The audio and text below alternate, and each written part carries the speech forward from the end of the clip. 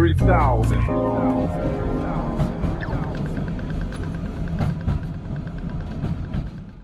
What is doing? I hate doing it, but I'd like everyone to like, subscribe, share the content. Sharing is really important. If you like the content that I'm bringing you with the 3000 podcast, you want to help us grow, make sure you do all that stuff. Follow us on Instagram, like, subscribe, share, do all that good shit. Now to the episode. 1000. What is doing? My name's Maloney. This is the 3000 podcast. I'm joined today by a tattoo artist. Are you ready? You good to go? Good to go. So let's kick this off in the beginning, man. Before you got into tattooing and stuff, like where'd you live? Where'd you grow up? Almost everywhere that there is to live. But I guess like this journey that took me to where I'm at now kind of started off when I was a kid. I was living in Ascot Vale, across the road from the showgrounds, in commission housing with my mum. So we're just like...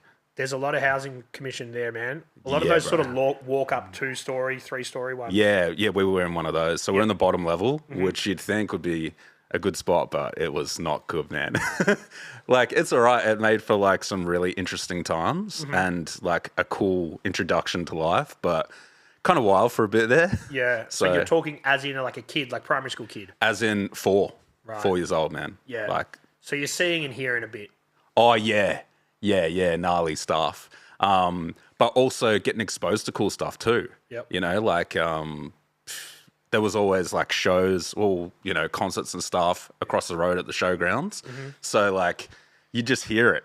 You know, mum would be doing the washing or something. You hear like, I don't know, whoever's across the road like playing or whatever, AC/DC. Yeah. You're just like, oh yeah. There's perks to this. Yeah, there was perks to it. You know the spot to sneak in for the show and stuff? I didn't because I was too young, but like without a doubt, the older boys for sure, man. Yeah. I've done my fair share of trying to jump the fence for Big Day Out and stuff there, and that was crazy, like early 2000s. I did jump a fence at Soundwave one year. Yeah. And I managed to get away with pretending to be in a band until like the security were after me. They caught on. But yeah, I was like side stage for Jane's Addiction. Wow. And they were like all these really kind of celebrity artists and stuff, and I'm just there hanging. Just so you jumped the fence, you're straight in the backstage. Yep, straight in the backstage. That's the way to straight do to it. the buffet.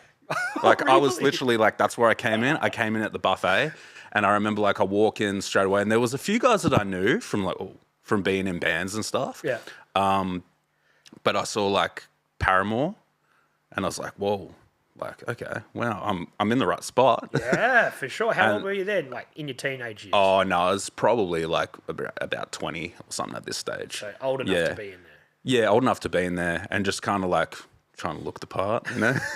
So you know where the, I don't know what tram it is it the 60-something that goes down like entrance? Well, anyway, that tram line. Yeah. I've seen, man, people trying to sneak into Big Day Out. And you know there's that like really kind of steep bluestone wall. Yeah. I've seen a dude try and climb up there and a security guard kick him and he fucking rolled all the way down and ate shit. This is probably like 2005 or something. Dude, the amount of people that were probably coming home drunk down that same spot and have done that tumble before. Yeah. You know, that's a pretty like gnarly wall. It is, man. Yeah. Crazy. And and it's all bluestone too. Like there's no soft spots. Yeah, no. You're like, what are you going to do? Like, now they've probably, decorated it or something. They probably have. Made it safe. So you're there for your whole schooling life. I'm there. Well, yeah, like I'm there from 4 until just before I turned 8. Just in and out kind of thing. Had like a kind of tumultuous situation where I was like in and out of foster homes like the whole time I was there. Just like it's a sketchy area. Everyone's got like drug problems and stuff. It's a bit gnarly. There's like dudes punching up their missus and stuff, and my mum has a mental illness, so she was like perfect place to put a woman like that. Yeah, because she's vulnerable already. Yeah, 100%. And like everything's just kind of, I mean, back then in the 90s, it wasn't really a word, but essentially everything's kind of triggering like a lot of stuff going on. Was there help for her? Yeah, there was limited help. There was like a few different companies and things like that would come out and shit, but as far as it goes, it wasn't really handled like it is today. They didn't have the same kind of assistance, and it wasn't really like the government and all that and even family kind of kept it on the low. Right. You know. So did you, at a young age, were you aware that this was a different situation to most people? Oh yeah, I figured that out quick. Right. Yeah. Because she talked about it, or because you just picked up on? Yeah, look, she was a massive oversharer, so she'd say things like in the company of other people, and I'd just hear it and kind of be like, what's going on there, you know? But it was more so things started getting a bit kind of weird, and then when I started noticing, I kind of remember being a kid and thinking, oh, this isn't good, like something's wrong. Yeah. Because I guess at school and everything, and it's similar to where I kind of grew up in Port Melbourne, there's a lot of people that come from the flats, but there's also a lot of people that have probably got a fair bit of money as well. Yeah. And there's a big divide. Huge divide, man. So, like, we've got all, like, the kids from the flats that are, like, doing it rough. Like, I remember my mom, like, made this Jordan jersey for me out of, like, one of her singlets, and she got a Sharpie and wrote, like, Bulls 23 on it, and I wore it around it. I thought it was cool as. Yeah. And then there's kids at school with Jordans. So it's like, that's the difference. There's like kids without lunch boxes, and then there's kids that have got like, you know, they pull out the roll up and they've got like the chips and the drink and all that. And you're just like, what? You're rich. Yeah. So I know. It is. And that inner city divide, I think, happened in pretty much every little pocket around Melbourne. 100%, man. Like, you saw that a lot. Yeah. So then the foster situation, did that make you move schools, or you just got out of the care of your mum? So I was, I guess you would say now, from this perspective, fortunate enough to stay in the same school. Actually was the first time I went to foster care. In that year, I was with two families. I kind of got taken out of one family because I just wasn't like gelling. Yeah. And I was... Foster system must be tough, man. Look, it was, you know, I think about it like now and I'm like, oh, it is what it is, just like my chapter, you know. But I think for young kids, you kind of just go on with it, man, day by day, you know. Yeah. It's a better option than near where I went to school. There was like dudes that lived in like a boys' home sort of scenario. Yeah. And that's like when the foster system doesn't want you anymore, you've kind of... So there is like... That's the last resort. That's the last resort stuff. And there was a bunch of kids that went to our school that were from there. Like, they had no one, man, which is horrible. Yeah, you know? dude. That's really... That's tough. Really gnarly on those kids. And you see the difference too. Like, I had some friends that, like, one of my friends from school, his mum and dad were both killed in a car accident. And he was ruined for life, man. Yeah. You know, his situation, no one wanted him anymore, and is kind of like just acting out at school. And the kid takes the blame, but unfortunately it's actually the environment. And that does play a huge part. At least now in this day and age, we can talk about, you know, trauma and what sort of gets someone to where they are. For sure. But previously, in other generations, the people just look at surface value and go, this person's a drug addict, this person's a whatever. But 100%, why are they man. like that? Did they ever have a chance in the first place? Yeah, and that's the thing. Like, a lot of those people never have a chance. They don't see a light at the end of the tunnel. They're just kind of like box themselves in, and they're in this environment. And they're like, whether they've got a parent that's struggling with addiction or an abusive family or all of the above, they're kind of like, then all of a sudden they go down that road and they wreck themselves, or worse, man, you know, they don't want to be around anymore. Yeah. So then high school, do you stay in that same sort of area?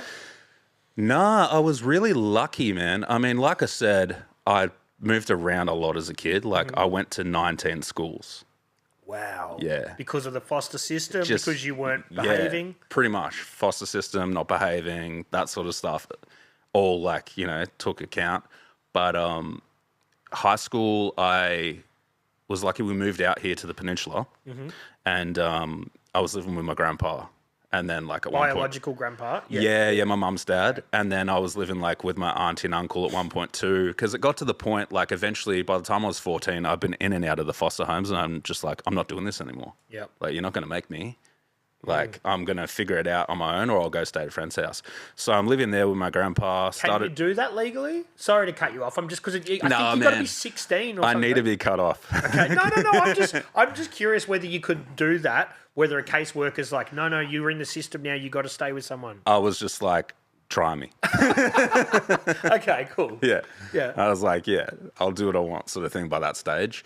Because I'm like, it's not working so great when you guys decide. So how about I'll just decide? Are you messing with booze or substances or anything at this stage? A little bit, Yeah. you know, a little bit. Like as being a young kid by that stage, you find yourself at like the skate park, and you sort of find your way into graphing a bit, and people are kind of smoking and drinking and doing, you know. But nothing over the top. No. And I was like, kind of in the back of my mind, I'm thinking about all these other things I've already seen in my life. And I didn't want to go down that road. Like at one stage when I was a kid, my mum ended up shacking up with this guy who was just a drug dealer.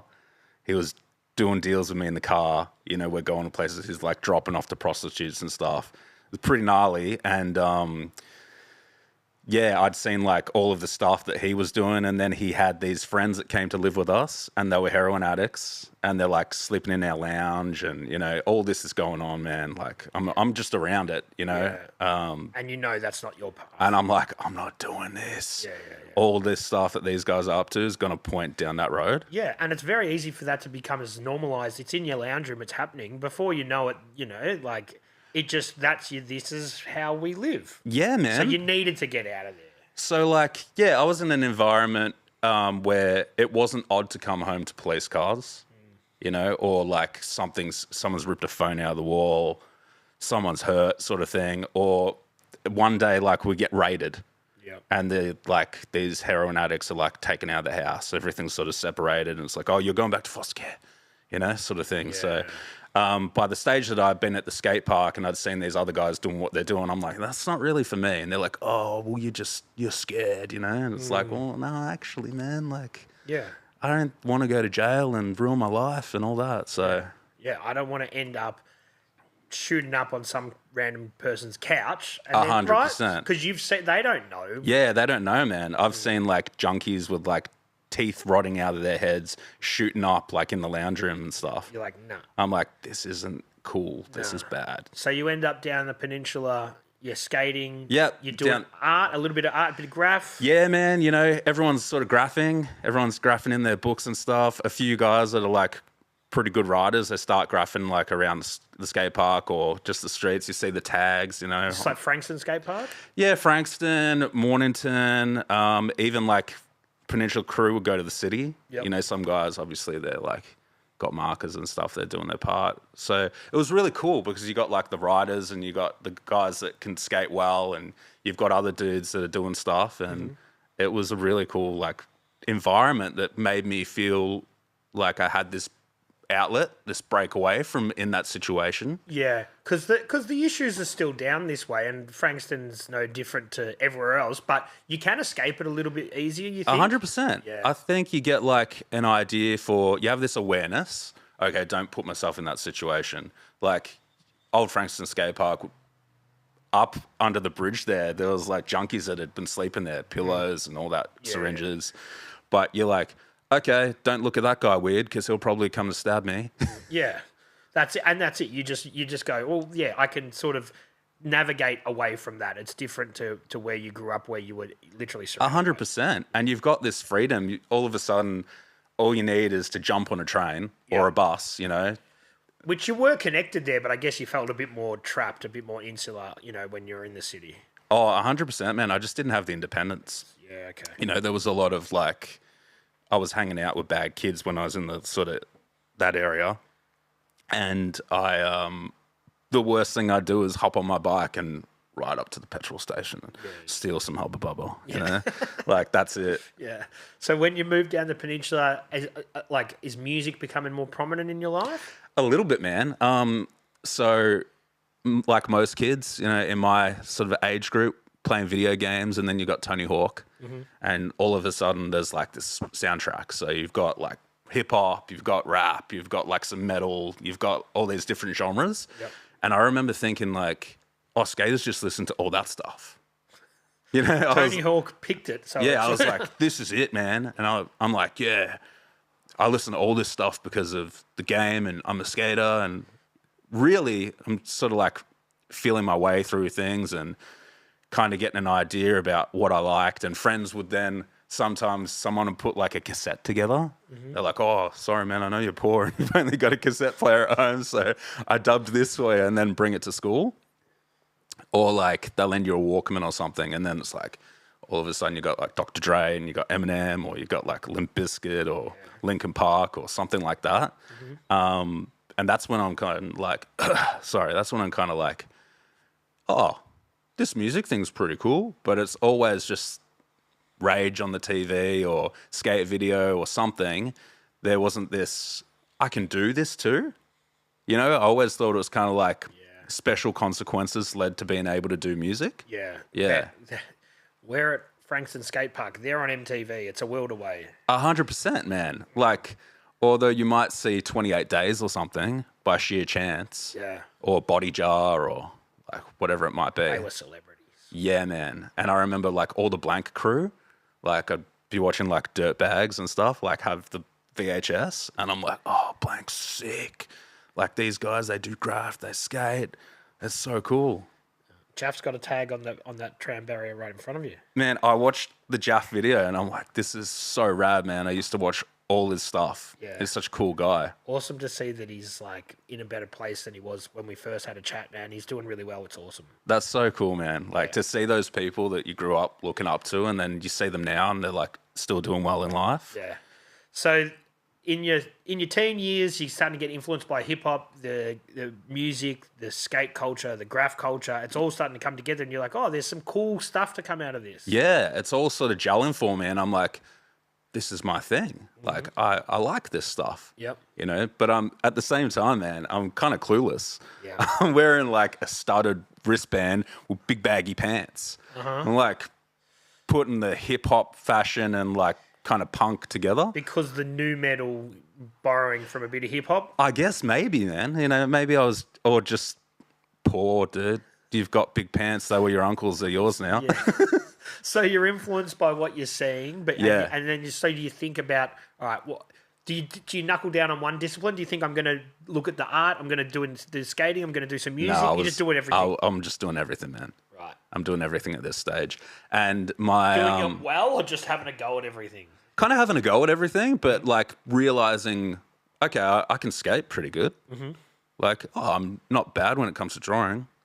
Like, I can put up a good tag. I'm seeing like different things. I'm paying close attention. You know, guys are just like doing a throwy, and I'm like, oh, okay, I really like how crisp that line is. It's got a key line around it and stuff. I start looking at those doing sort of art at elements. school? Yeah, I'm doing art at school, and it's all I'm doing where I'm paying attention. Yeah.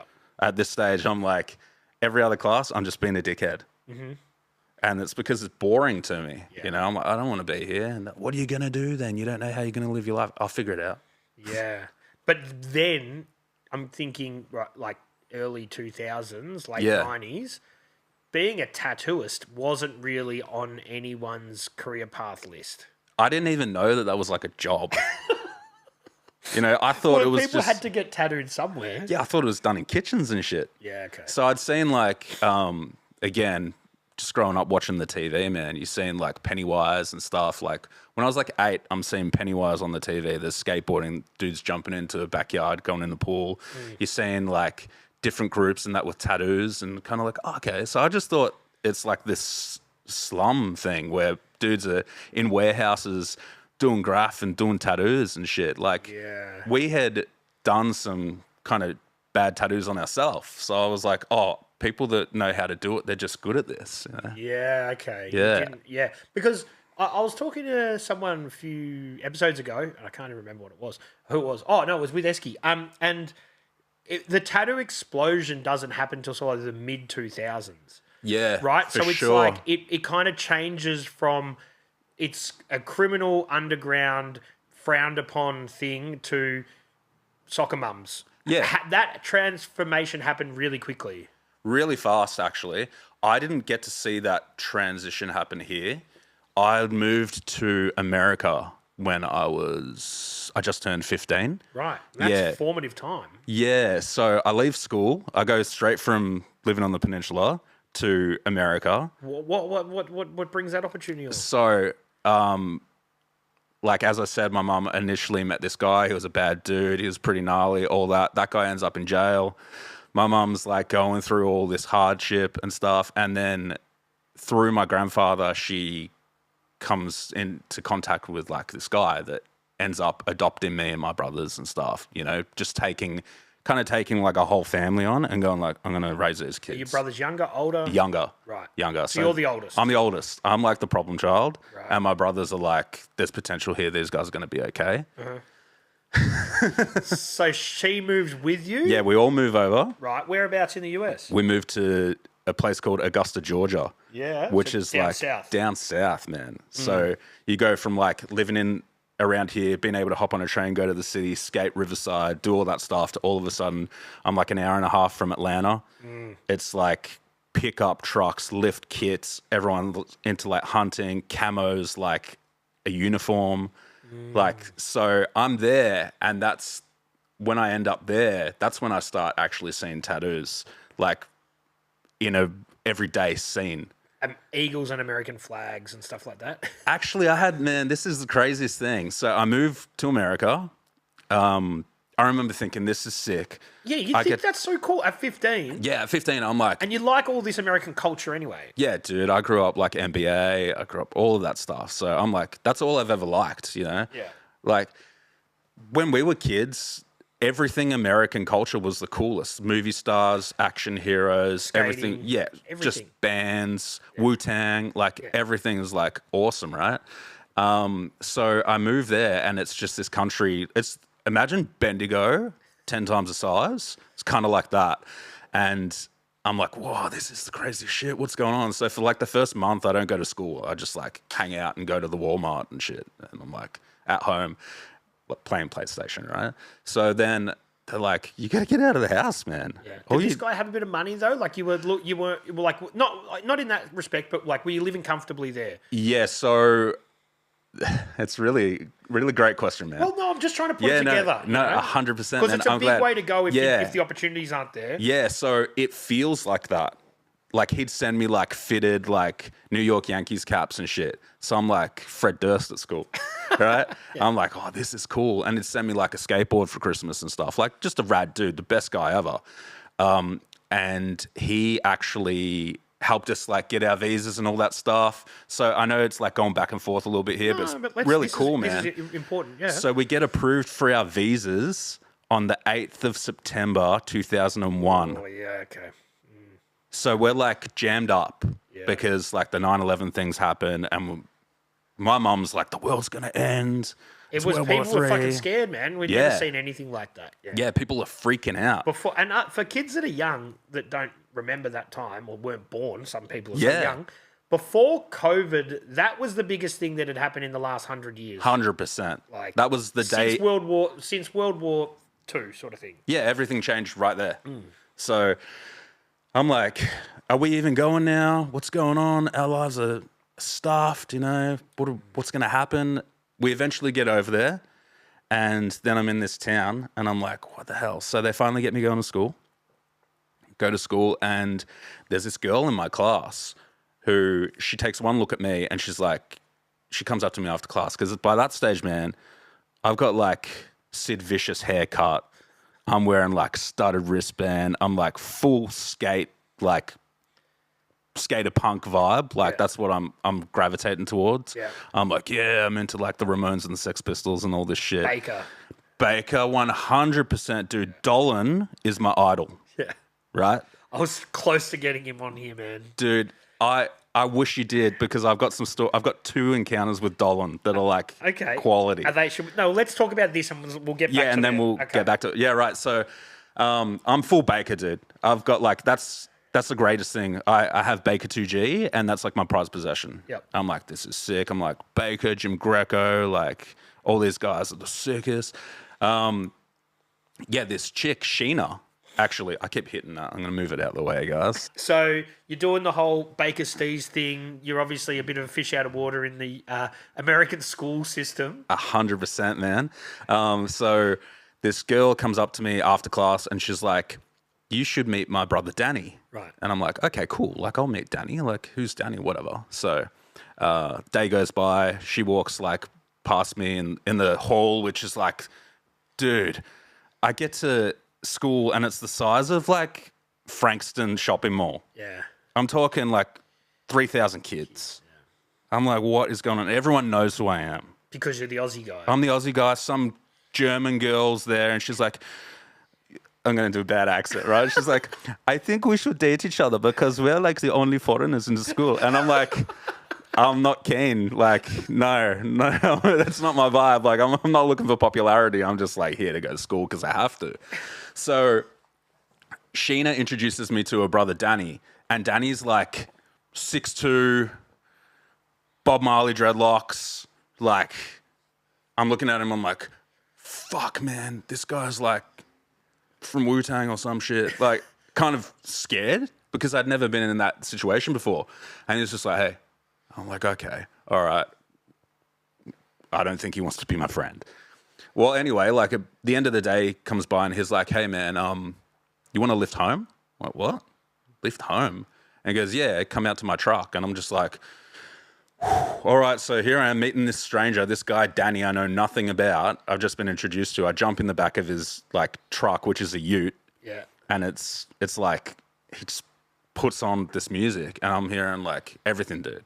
I'm hearing shit that I didn't even know existed at this point. Right. He's like connected to the underground. Danny is this black punk. Right. Yeah, he's like full into like punk and hardcore. He goes to shows and shit. So is he 16 or 18 or how old 17. is he? 17. So he's got a car. He's got a car. But he's sort of that little bit older. Yeah, a little bit older, got a car. Cool as, man. He's like, if you meet him initially, you look at him, you're like, this dude looks like he's angry. Yeah. And doesn't want anything, like a bar of anything. Yeah. But he's actually like super cool, super nice, smart, plays guitar, can play drums, like just a cool guy, man. Right. So like, and she just thought you're got that punk aesthetic. He likes his punk stuff. Yeah. They should be friends. Is there any other punk kids getting around? Oh, there was like a different breed of punk.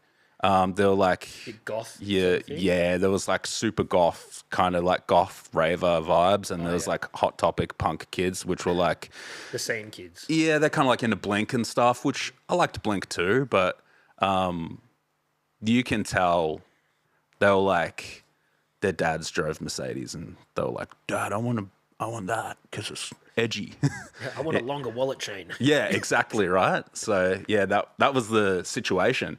So Danny drives me home, and I'm like, hey, Mom, hey, new dad, I've got a friend. And they're like, oh, okay. And I'm like, you want to meet him? And they come out, and they're like, hey, what's up, Danny? And he's like, hey, how you doing? Just dropping him home. You know, I live around here. My dad's in the Air Force, blah, blah, blah. And it's so weird because to go back into the story, I'm saying like my new dad, but like this guy's I see him as my father, all right, because he's been there for me like for anything I've ever needed. But at that stage of the story, it's very new. He's just like this new guy that's with my mum. And he's American. American dad. American dad, yeah. Yeah, so not to mention, I've gone from like living in the peninsula with scumbags to like, he's from a military family. Yeah. So everything is strict, dude. Yeah, but he's non-conformist. He's into the punk stuff. Well, he's like, oh, okay, I see what's going on. Like, that all changes eventually. Mm-hmm. Yeah, so one day Danny's like, oh, come to this show tomorrow night. And I'm like, show? What's a show? Like, a carnival? Yeah. You know? And he's like, no, man, like, we'll go downtown, we'll skate, and there's some bands playing. I'm like, all right, sick. So new dad gives me like $10, which is massive money back in 02 or something. USD too. Yeah, USD. So I like go down, watch this show. I'm like in this venue, man, that's got no security, nothing. The roof is like 2 weeks later, the roof caved in. Really? Yeah, this place was gnarly. Is it in Atlanta? No, so this is downtown Georgia. This is downtown Augusta, Georgia. Augusta, Georgia, yeah. Okay. Yeah, so this is like, I don't know, maybe a few miles or whatever from where the golf happens, the Masters. Okay, yep. Yeah, this is like dodgy. This is like dodgy area, man, like really grimy, you know, like homeless, doesn't get cleaned up, just... Yeah. Looks like something out of a movie. Yep. Looks like where Batman's parents die. Yeah. And so, yeah, which is totally different to like three junkies underneath the bridge in Frankston. You're seeing some different shit. Dude, like 2 weeks later, I'm with Danny. No, not 2 weeks later, sorry. Like maybe a little bit later. Because Danny and I become like best friends, dude. Like inseparable. He was just like so cool. Yep. I looked at him like an older brother and he just showed me everything. Like introduced me to everything from there on. But we're in the shopping mall together one day and I'm like walking along and this guy comes up to me in like this jacket and he just pulls out a gun. Really? Yeah, and he just pushes it in my chest to like rob me. And I'm like... Like a hand pistol? Yeah, like a pistol. And I'm like... Blank.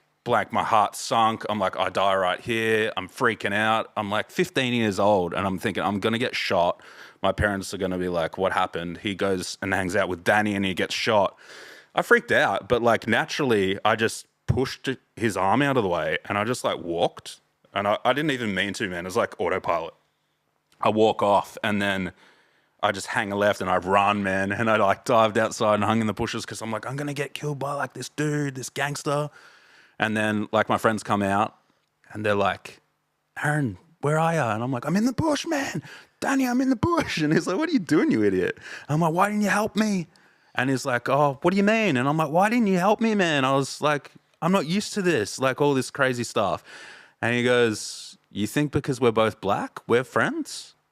And then I'm like, oh, okay. I'm starting to realize, yeah, it's not, I had no education on this, man. I'm learning on the fly. Yeah, but you still want your friend to help you. He's your big 6'2" mate, though. Yeah, I want But him. he doesn't have a gun. He doesn't have a So gun. he's just like, if someone's got a gun, then just... Yeah, he's just like, oh, well, like, Yeah. off you go. Yeah. So did you start to approach situations differently after that? You were a bit more vigilant when you're out in public? I just started realizing this is the real deal. Things are hard out here. Like, either toughen up a little bit or stay home. Yeah. Yeah, so... What did you do? Well, man, at that point, I was just like, all right, Danny, let's do stuff, man. Right. And he's like, cool. He's driving me interstate. We're hanging out. We're doing wild shit. We're hanging out at this one dude's house he went to our high school, but he was like, man, I don't even know how to articulate it. This dude is the grimiest punk dude ever. He's got this house downtown and it's in the area where like you don't go. You don't go if you don't want to die. And we're going there like late at night and stuff. And this is like 20-year-old mattresses on the floor, no furniture, maybe a TV. Everyone's drinking and taking drugs. I'm like, dude, I'm right back where I started. You're like 16 at this age. Yeah, I'm like 16 at this stage. And Is Danny messing around with that stuff too? not really, man. Not really. Danny was like pretty straight. He was like, no, I'm not really drinking. Eventually he ends up drinking a bit, smoking a bit of weed. But then and there, he was like, oh, it's pretty gnarly, man. Plus, he's got to drive. Yeah. So you can't risk it. Yeah. And so then you just think, well, this isn't really the path I want to be taking. I didn't come all the way across the world to just do the same shit I was doing in the housing commission. Yeah, like some of it was cool because like I'm The young. skating part of it and the... Yeah. Yeah, and I'm feeling like a little bit like I'm kind of tough, in a way. And there's like girls hanging around, that are into that grimy lifestyle. So for a bit there, we're getting along, but then we had it falling out somewhere along the way and it just wasn't, we've reconnected now. Like we're back on good terms. But like back then, man, when you're young, the littlest thing happens and you end up just falling out with people. So you and Danny had a falling out? Me and Danny have this falling out. It was over a girl. Right. Yeah, which ridiculous. Yeah. In the grand scheme of things. In the grand scheme of things, it was just this chick that was kind of like giving him attention, giving me attention, giving him attention, chose me, And it's so silly, man. Teenage high school drama. But when Danny and I fell out, I started hanging out with some other guys. Then they're going to like more hardcore shows and stuff. And I'm just like downtown all the time. I'm at shows like a few times a week, scene maybe. there? There's a sick scene. Right.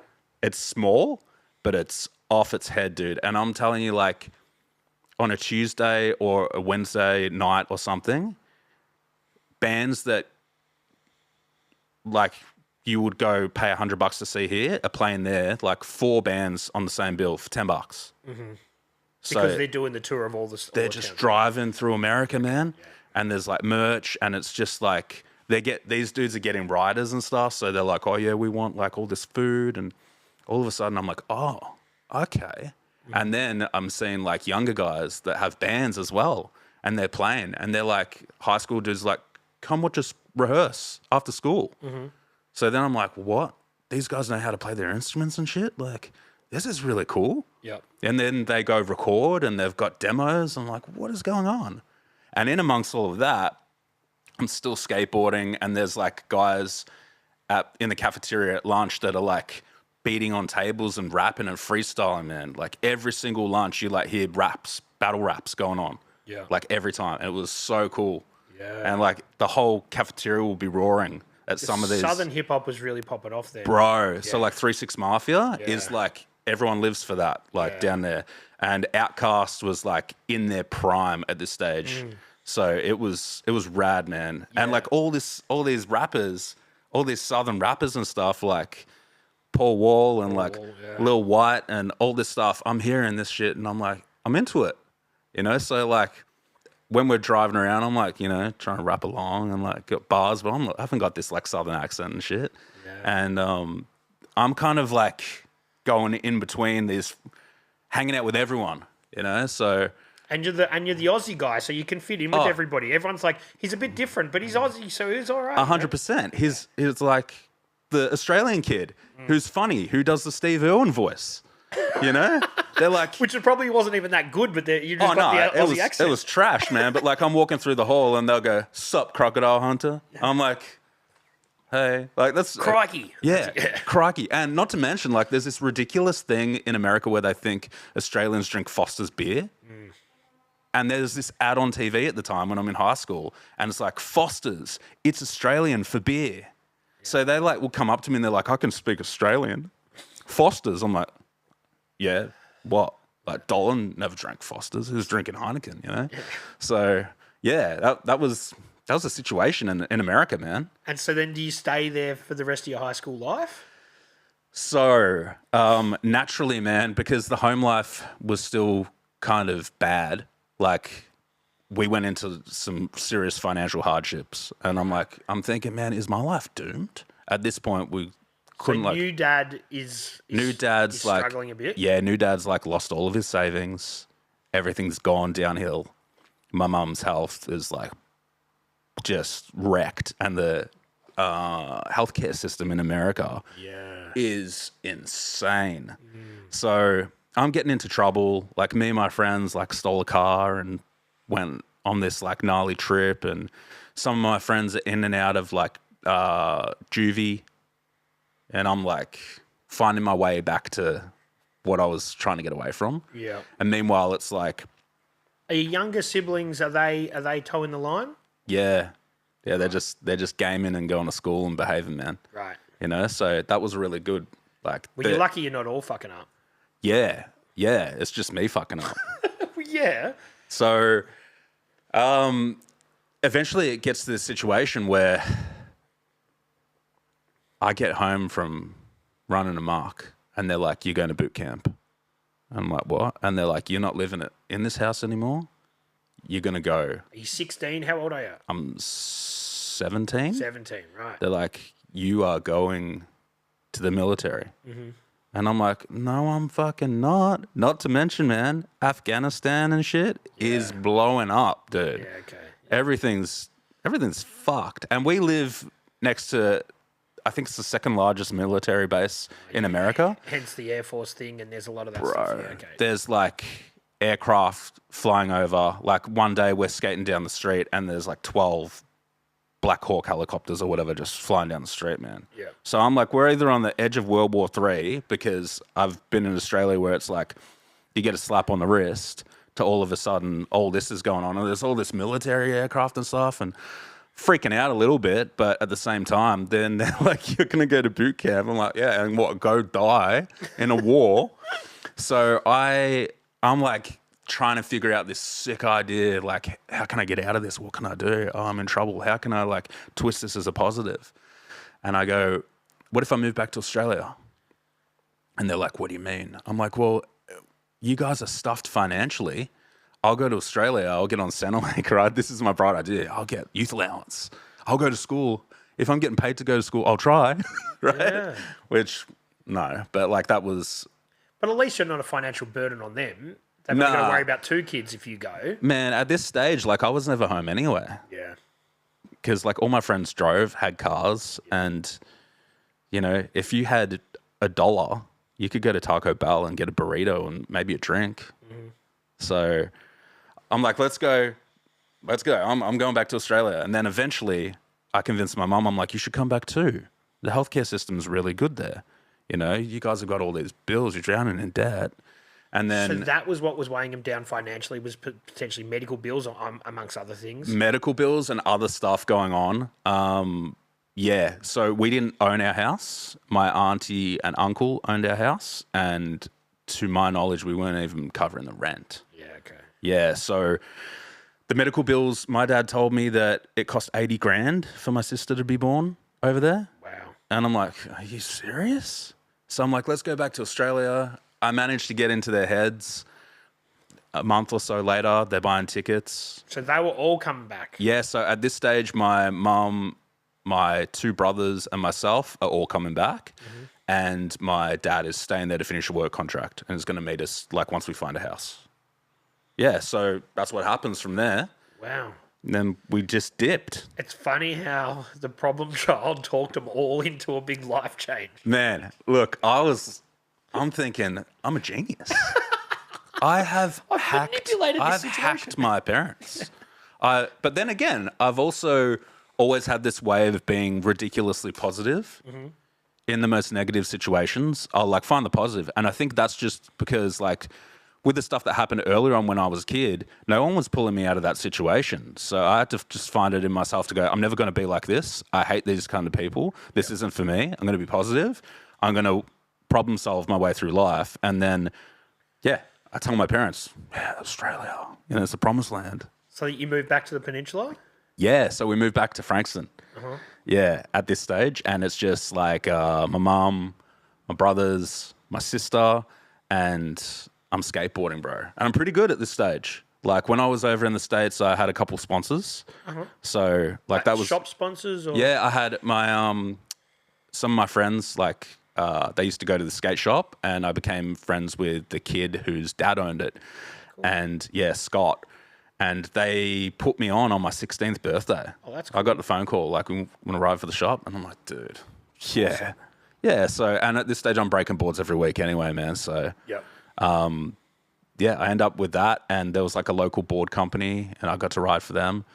And then, yeah, we come back to Frankston, and all I know is, like, I got the city, the skate park, I know all the good spots, I can skate pretty good. I'm sure I'll bump into some people. And yeah, I just take off from there. I started going to like, it was still PSC back then. Yep. But Anthony Mapstone was kind of giving me some stuff here and there. He's always just been really nice to me. Yep. So I was all right. I was like, I'm sweet. Like at that stage, I think I had some trucks and they were stuffed. And he's like, here's a set of indies. Here's like a deck or whatever. Can you buy the wheels and shit? And I was like, yeah, sick. Awesome. So I'm skating with like some of that crew. And that was it, man. Like for the meantime, until I then found the scene here. The hardcore scene. Yeah. Okay. So then you're skating. Do you finish school? Nah, man. So you come back here. You told your mum you'd go to school. Yeah. But you just skated. Yeah. Did you enroll? Yeah, I did. But see, here's the thing. Like when we moved to America, I was super excited because the school system, like the timing and stuff is different. And we were moving over where it was nearly the start of the summer holidays. Yeah, okay. So I'm like, and I'd already been held back a year when I was younger. Right. So I'm like, I'm going to make up for that. I'm going to go move to America and I'm going to get that year that I lost, like redoing. And it's, no, guess what happened? They fucking held me back another year, bro. Really? They were like, yeah, you haven't been educated long enough to pass this grade. So you're with kids that are 2 years younger than you? By this stage, yeah. That's cooked, yeah. Yeah, that was cooked. And that also made me not want to try as hard. But what happened? I failed that year as well. Yeah. So they held me back again. Yeah, okay. And then when I came back to Australia, they tried to hold me back again. And I said, nah, get fucked. I'm not going to be a 20-year-old kid. I'm like, I'm not coming to fucking school. Ooh, yeah. Are you joking? I'm like, I'm going skating. I'm like, I can find ways to make money. I know how to make money. And they're like, what does that mean? I'm like, don't worry about it, you know? So by that stage, I'm like out of school, getting around like all the music and stuff. I had found a crew. There was like maybe 40 kids that all sort of kind of knew each other, and I was just hanging out with them. We're talking in the city, or we're talking like on the Frankston line? On the Frankston line. So I was skating with some guys down in the city and stuff for a bit, but then once I met these other guys on the Frankston line and started going to parties and started like kind of getting a job and all that sort of stuff, I'm just hanging with this crew. And yeah, and it was pretty cool, you know. There was obviously a cliquey environment. Some guys are like cooler than others and that sort of stuff, but everyone belonged to the same scene. Mm-hmm. And is it most, when you say is scene, are we talking a skate scene or a music scene or a bit of both? There's a bit of both at this stage. Yeah. Like, you got guys like Jules from Make Good, who he was playing in a band, but he was a skater as well. Yep. You know, and like him and his cousin and some other guys that I knew all, we clicked that we used to go to the city and all skate back in the day. Because there was just such that large group of people. You don't physically know everyone like personally, but you're all kind of united in that way. So it was very similar, but it was like on an older level by this stage. And so do you think about skating is at this stage potentially your pathway? You're like because people have blown up and done it. Yeah, so that was my thought process. I was always like, I'm going to go pro. You know, I was like, if I just tried a bit harder, like if I just committed to a few things, like I was trying to follow Dolan's path at this stage, you know. So Had you met him yet? Yeah, I met him when I was 14. Right. I had a broken arm that I did at the skate park, and he signed my cast. And he was there. He turned up to Riverside. He skated. He shredded. He was wearing his pro shoe for the first time With the polka dots on it. Was it before that. Before that. Yeah, the swindle. It was kind of like it almost looked like a basketball shoe. Had like an air bubble and shit, and it had snake skin on it. Oh wow. Yeah, so with Vans. with Vans, Okay. yeah. I remember the polka dot one, but yeah, that must have been before. I had that one too, yeah. But yeah, so he was about to leave, and then I'm like, oh, Dolan's leaving. I went over, and he was in like a Honda Civic or some shit, and I was like, hey, can I chat to you? And he was like, yeah, what's up, man? And my mates and I, like in art class, we had like painted my cast all red, and I had like some kind of thing. I like carved out the Baker logo into my cast and got a Sharpie, and like, so it was like a Baker deck cast, and he signed it. And I remember he did like a PD on it, like a piss drunks, and then he wrote like up the drunks. And I was like, I don't know what that means, but cool, you know? And I went home and my mum's like, what's up the drunks mean? That's awesome. Yeah, so that was really cool, you know? That kind of gave me that fire to like push harder. Mm-hmm. And I was pushing like pretty hard. I remember like when I was skating in America, down there, no one was really that good. There was like one other guy who was like pretty decent, and he was sponsored by a few brands or something like that. Yeah. You know, he kind of took me under his wing as well. And then when I come back here, obviously like I'm seeing Mapstone and I'm getting looked after a little bit, but I wasn't like put on anybody. And then it got to the point where I was like, I'm just going to stop skating. Mm. I'm like, girls, you know, oh, girls seem cooler than skateboards. Yeah. And this is like sort of 19, sort of 20. Yeah. It happens a lot. Yeah, man. Yeah. And I'd seen other guys that were like sick and they went down the same road. They're not skating anymore. I mean, but their lives turned to shit. Mm. So you kind of start wondering at this point, like, is it over? Yep. Am I done? Mm-hmm. You know? So then do you go, all right, I'm not skating, girls, partying, that sort of stuff. Yeah. Finding some money in whichever way you can. There's been no actual career prospects at this stage. Nah. By this stage, man, I like needed a little bit of money, and I went back to like working in a pizza shop, and I'm like, I fucking hate this shit, man. I'm like, this is mindless. This ain't for me. You still living at home? Nah, I got booted. American Dad kicked me out. Okay. Yeah. Because I was like, I was coming back from going out clubbing and shit, and I was getting my brothers to let me in the house at like 6 a.m. And he was like, they can't have that shit, man. And I was getting tattooed and stuff, and he's like, you got to go. Mm-hmm. So, yeah, I like rock up, I pick up this box of stuff, and I'm like, yeah, cool, I got about $17. What am I doing with my life? So then he's like, you just got to figure it out. Yeah. But we'd had fights and stuff in the past. He's like, you're going to work in McDonald's. You're going to have no friends. I'm like, okay, cool. My life mission is to prove this guy wrong. Yeah. Yeah. Yeah, that motivation is good motivation, though. 100%. Definitely, I know a lot of people that have been told in one way or another they'll never amount to anything, and and that still drives them to this day in their 40s to keep building and progressing and getting better and better and building a better life for their family and stuff. And you do see it often, you know, and people do really well. And it's kind of like if you didn't have that said to you, maybe you wouldn't amount to shit. Yeah. A lot of my people that I grew up with that grew up in the public housing system now have multi-million-dollar houses with pools and stuff. Wow. I know a fair few of them. Wow. And it's that motivation. Like, not all of them. Yeah. But there is definitely some that I went to school with, and kids that I grew up with that have used that motivation to go and really make something. And that's really cool, man, because it shows you that it's just a choice, isn't it? Yeah. It's just a decision. Yeah. You know, and like, I know kids that grew up with pools and stuff and ended up, you know, yeah, with fuck all. So it goes both ways. 100%. It goes the other way. You watch someone completely fuck their life who had every handout. Yeah. It happens. And it blows your mind. And you're like, what is wrong with this fucking person, man? Yeah. Yeah, I know. And it's sometimes the environment can be a negative, even if it's a positive, if that makes sense. 100%.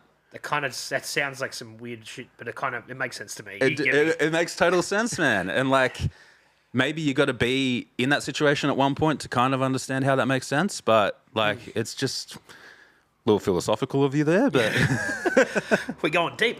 So what do you do? So you just go couch surfing, or is your grandpa's place still an option? Nah, man. My grandpa's about 64 with like a 26-year-old wife at this point. Oh, wow. Yeah, from Ukraine, like mail order bride sort of thing. Yeah, so... That stuff really happens. Yeah, and now he's got nothing. She took it all. It's the thing, man. I've seen it happen. So how does he find her online or something? Yeah, he found her online, and he was like into her, and I'm like, man, what do you see in her? And he's like, one day when you're old, you'll understand, you know? I'm like, oh, okay, whatever. And one day, actually, I missed his wedding. I was supposed to go to his wedding, but on my way to get to the bus, I actually saw Jeffrey Alley skating in Frankston. Wow. So I'm like, fuck your wedding, bro. This is Rowley. Yeah. And there was like the full Volcom crew there. So, yeah, he's married to her, can't go to his house. Everyone's kind of like, what's Aaron doing, you know? I'm like, in their eyes, I'm just this like kind of like a fuck up. I suppose I was. I had a girlfriend who kind of broke up with me because I was a fuck up, which, you know, maybe that helped me get out of that situation.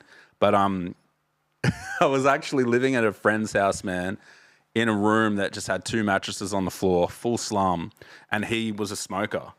And he used to put his cigarettes out on the carpet next to the bed. Wow. Like, hectic. And like this room, this is what our bedroom looked like, dude. Like, yeah. So I'm in that environment for a little while. And you're like, I'm back to where I started. I'm like, I'm fucking doomed. I'm like, this is me.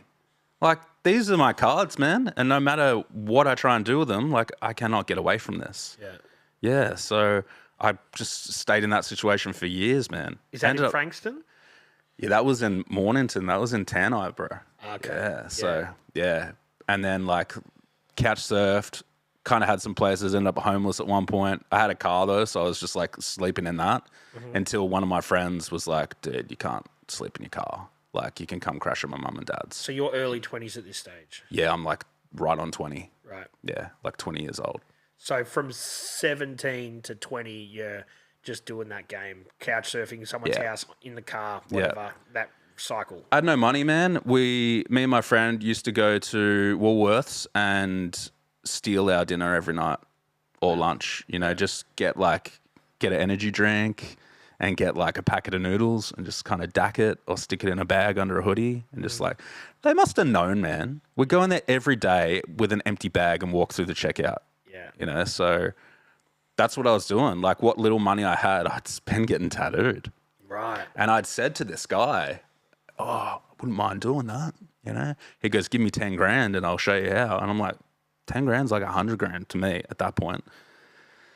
I'm like, no hope here. And then a couple guys I knew, they started tattooing. And I'm like, how do you do it? But they were like gatekeeping it hard. They're like not telling you You know? Because that's the environment they've come through with their, Yeah.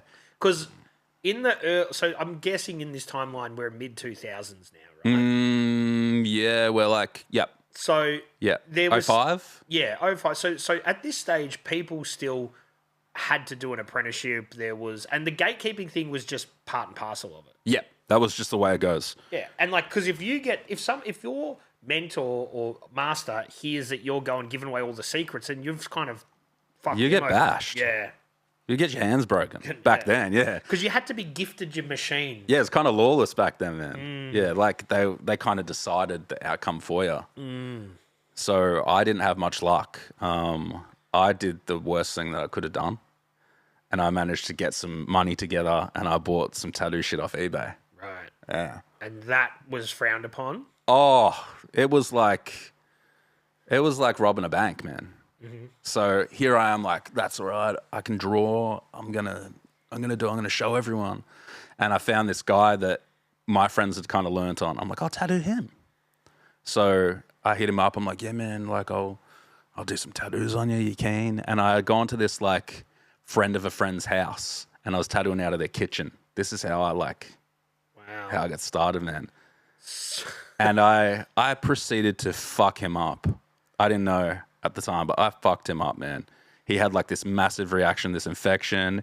His leg looked like a green sponge from like a kitchen sink. So you weren't preparing it. You weren't. I thought I was doing it right. I'm like, I got the gloves on. I've done all the right stuff. I'm being really clean. I'm already a germaphobe, man. So I'm like meticulous, but I'm washing him down with like straight Dettol. I'm just pouring it into his tattoo. Like, that'll keep it clean. So it's got to be watered down. Yeah, man. It's like almost like burns. You know, it's like is the word like caustic or some shit? Like it's like that, man. It's like a chemical burn. So it should be diluted down to like what? I don't even know the ratios now, man. But like maybe 1 to 10. Okay, yeah. Yeah, but I used a whole bottle on him that night. Yeah, that would fucking stink. And I'm tattooing it in, and I'm like, so with tattoo machines, there's a liner and a shader, and I didn't know that. And I've got this shader with a lining thing in it, and I've got a liner that's smacking it in like as hard as it can be, and I'm shading him with that. So I'm just chewing him up, man. I'm just basically... Is he under the influence? Because I feel he would have been fucking really hurting, man. He was hurting. I'm like, you're all right, man. There was like The Voice on TV or some shit. I'm like, just watch the show, man. Nah, just going for it. In the kitchen, and there's this like dog that's like running around trying to jump up. I'm like, fucking settle down, man. You know? Yeah. So I thought he was gonna lose his leg. Yeah. Really? Like an infected for... Oh, bro, I had to go pay him like a house visit, like a doctor, right? I go round to his house, and I'm like, oh, let me have a look. He goes, bro, I can't stand on it, and the whole thing was red raw, and I'm like, it's over before it's begun. Oh fuck, I can't do this. I'm just doomed, right? Again, just like. Thinking that, feeling that way. And I'm like, oh, I got to take a break from this, man. I can't do this anymore. You know, so. But you'd only done a couple anyway. Yeah. And had one, almost, you know, like a couple tattoos and an almost partial amputation. So. So where do you go from there? Because you thought you'd found your way out. Yeah, I thought I found my way out, man. I'm just talking to my mates, and they're like, just draw, man, draw. And I'm like, okay, I'm drawing. And I start going to this shop, and I'm like, it's Frangatats now. Yep. But back in the day, it was called Monkey Magic. And I went there, and I was like, hey, can I just hang out and like watch, and I'll do whatever you need me to do. So I'm there like 6 days a week, mopping floors, scrubbing equipment, like doing everything, using their pencils and stuff to draw or whatever, and kind of get an understanding of what's going on. And did they have good artists, or it's mostly walk-ins and stuff then? Because this was, just so we set the scene. Yeah. Frangatats is there now, but it was vacant for a while. They didn't sell the business or anything. It just happens to be that Danny took it from a place that used to be a tattoo shop. That's right. No relation. Yeah. Just to say that. So, and once again, shout out to Danny, because like, man, that dude's been on the radar ever since I was a kid. Mm-hmm. You know, people were like, oh, Danny, you know, and now it's like you see him tattooing, and then you see Frangatats, and you're just like, rad. Like, once again, it's really cool to see people that you looked up to when you were younger, and they're doing something good with their life. Smashing it. Yeah. But let's go back to when it was Monkey Magic. Monkey Magic, that's right. So Macca was the guy that owned it, and he was very good, man. Like, could draw like epic. He was just naturally talented, but I think he was kind of maybe at the end of his career in a sense where he seemed a little over it, and I was kind of like, well, this guy's got this sick shop and everything. Why does he seem a little bit bummed out? Maybe, is tattooing a good idea? And at that stage, I'm playing in a band, and like we're doing like weekend runs, like little tours up the coast and stuff like that. So I'm just getting the doll, and I'm like playing in the band and getting paid for that, like when we do play shows. And then I'm at this shop otherwise. And he kind of said, like, I'll give you an apprenticeship, but it never eventuates. Mm-hmm. And after like 6 months, I'm like, are you going to give me a shot? Like, have I proved myself? And he's like, sorry, I can't. Are you getting paid, or you're just doing No. Yeah, that's nothing, man. Yeah. And like he tattooed me, but he charged me. After you're working 6 days a week there for nothing. Yeah, man. And I'm like, this is the hardest industry to get into. Yeah. I'm thinking if this was anything else, by now I would surely be like part of the team. So he just couldn't be fucked, or just was burnt out in his career? From what I heard, he had a business partner that was like, I didn't know at the time, but the apprentice that was there was his business partner. I think they like coughed up the funds, and they kind of had his name and his like expertise to kind of be the backbone of the shop. And he was like, look, man, like I can't, for various reasons, I can't get into it, but they've got something to do with it. And I was like, okay, cool. So start paying me or I'm fucking walking. Yeah, I bounced. Yeah. I just bounced that day. Yeah. And it got to the point where I was like, I don't even know what the fuck to do, man. I'm like, do I go back to just kind of amputating people? Like, but you're learning, I guess, when you're there. You're drawing, you're seeing it, you're learning better practices. I'm learning the terminology. Like, I'm getting an understanding of what's good, what's bad. And I'm at least advancing to a point where if I can find the right shop, I can let them know that I have an idea of what I'm talking about. Mm-hmm. So to shortcut a bunch of shit, went through a really difficult time.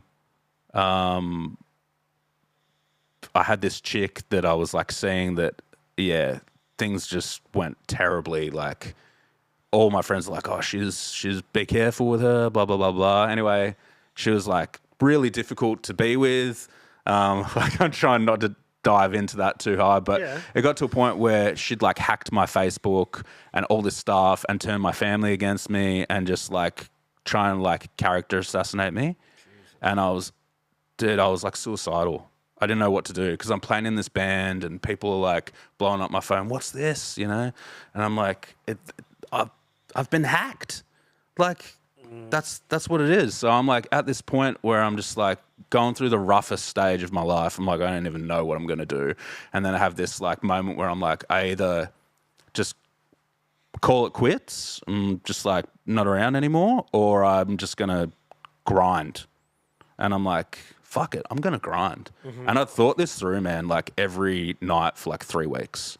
Like, is this the night? Is this it? Am I going to do it? And it was pretty gnarly, pretty dark place. But in that dark moment, I found like a little bit of belief in myself. And I'm like, I'm going to do whatever I got to do, man. So I started like pushing on the art side, and I got a one-way ticket to Queensland. Mm-hmm. And I fly up to the Gold Coast, and I like had been tattooed in the shop like a little bit before. And I'm like, hey, are you guys looking for an apprentice? And they're like, what? Weren't you in here a couple of weeks ago? I'm like, yeah, I got this tattoo. And they're like, yeah, I remember you. And they're like, oh, look, I don't know, man. I don't think so. I don't think we're looking for an apprentice. Come back in an hour, have a chat. Get back in an hour.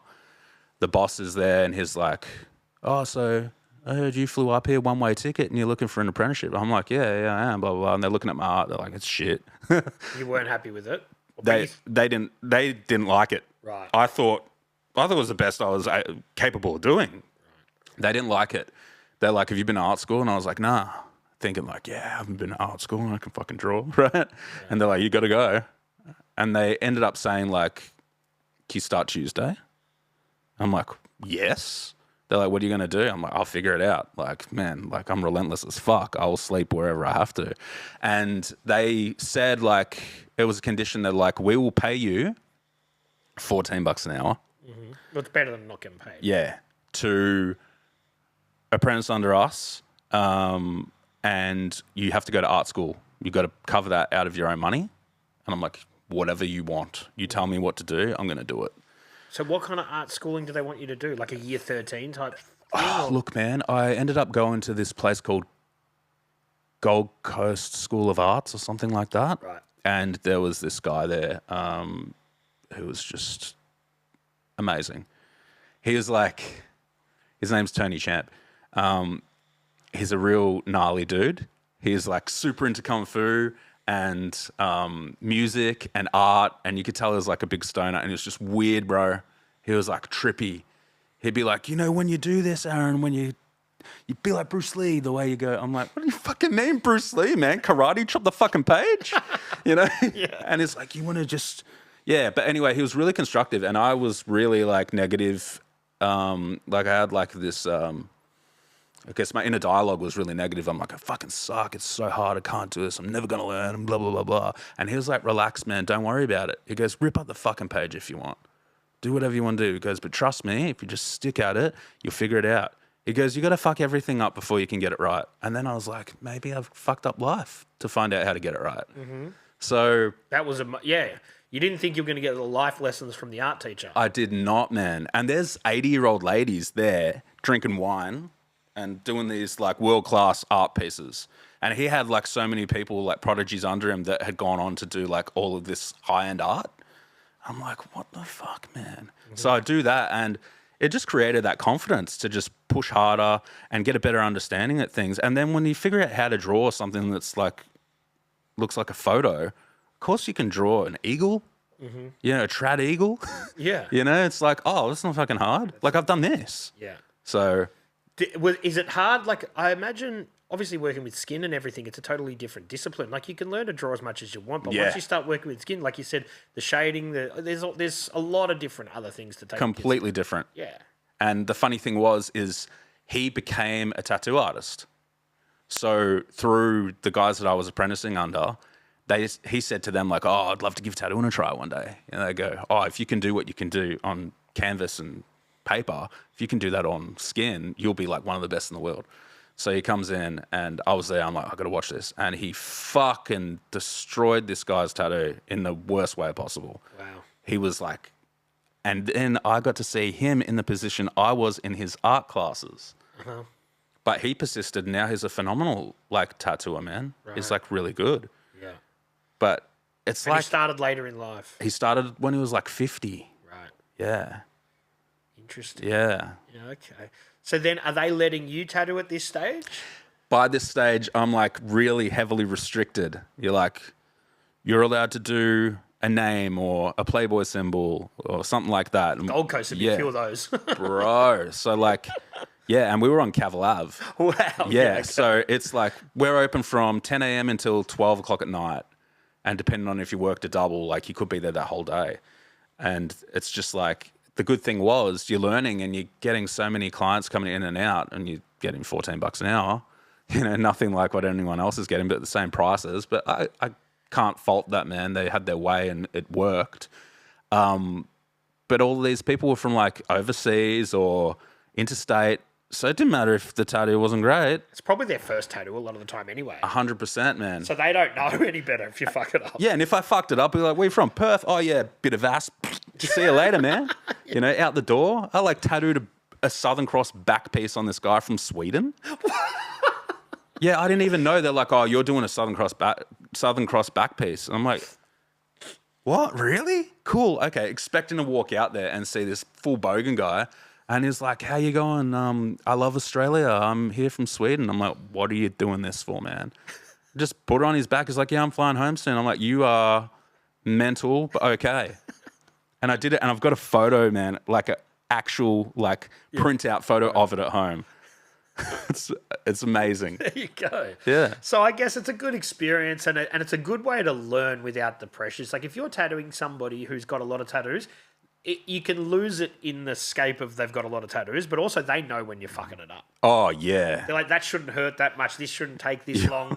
You're going too deep. Yeah. You know, yeah. All of the above. Yeah. So you're learning on people that are probably they're new people to the tattoo scene, so it doesn't matter as much. Yeah, they'd handball me like strange ones. Like there was this guy that came in one time and he wanted to get something done for an apprentice rate. And that was a common thing where people were like, you got any apprentices? Because they knew it was cheap. And he was like, how you going, mate? I'm Trevor from Townsville. And I'm like, I'm Aaron from Frankston. Like, who talks like that? You know what I mean? And he was just like, wanted something gnarly, a snake or some shit. And I remember I didn't do the best job. I was trying to, but he was like too busy yelling at his missus because she spent $5.50 on a latte or some shit. So these are the clients that I'm getting given, all the loose units. Yeah. So how long do you stay? Did you finish your apprenticeship? I didn't finish my apprenticeship, man. So how long were you there for? I was there for about maybe 2.5, 3 years. Which is, how long should the apprenticeship go for? Well, it's open-ended, really, but it's generally about 3 years. They said to me when I started, they're like, it's 4 years, and then after your 4th year, you'll do an honorary year to the shop. And I was like, 100%, like, cool. And then my mum had a heart attack. It freaked me out, man. She's already got health complications. Yeah, by that stage, she'd already had cancer. She's crazy with the mental illness, like literally. And then she has a heart attack and I'm freaking out. I'm like, I live interstate. I've got no family up here. I'm like, my family's so important to me. I used to fly my brother up to come see me and shit. And that was about it. And I'm like, I told him, I went to him, I said, look, I'm going to say something, you're going to be really annoyed at me for it. I'm like, I want to quit, like, my apprenticeship. I'm like, but I'm not dogging you or anything like that. It's just my mum has had a heart attack and I'm freaking out if she dies and I don't get to say goodbye or anything. And they blasted me, man. Really? Yeah. I thought you were using it for an excuse. I got fucking blasted hard.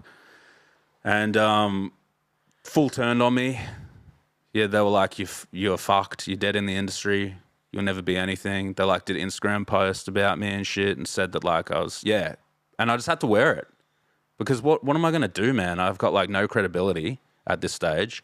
And that's when I came back to Melbourne and Sharpie it was then Victims of Ink. Mm-hmm. I'd known him for a few years and I was like in a dark place. Not dark, like not in a depressing state, but I was just like, man, what am I going to fucking do?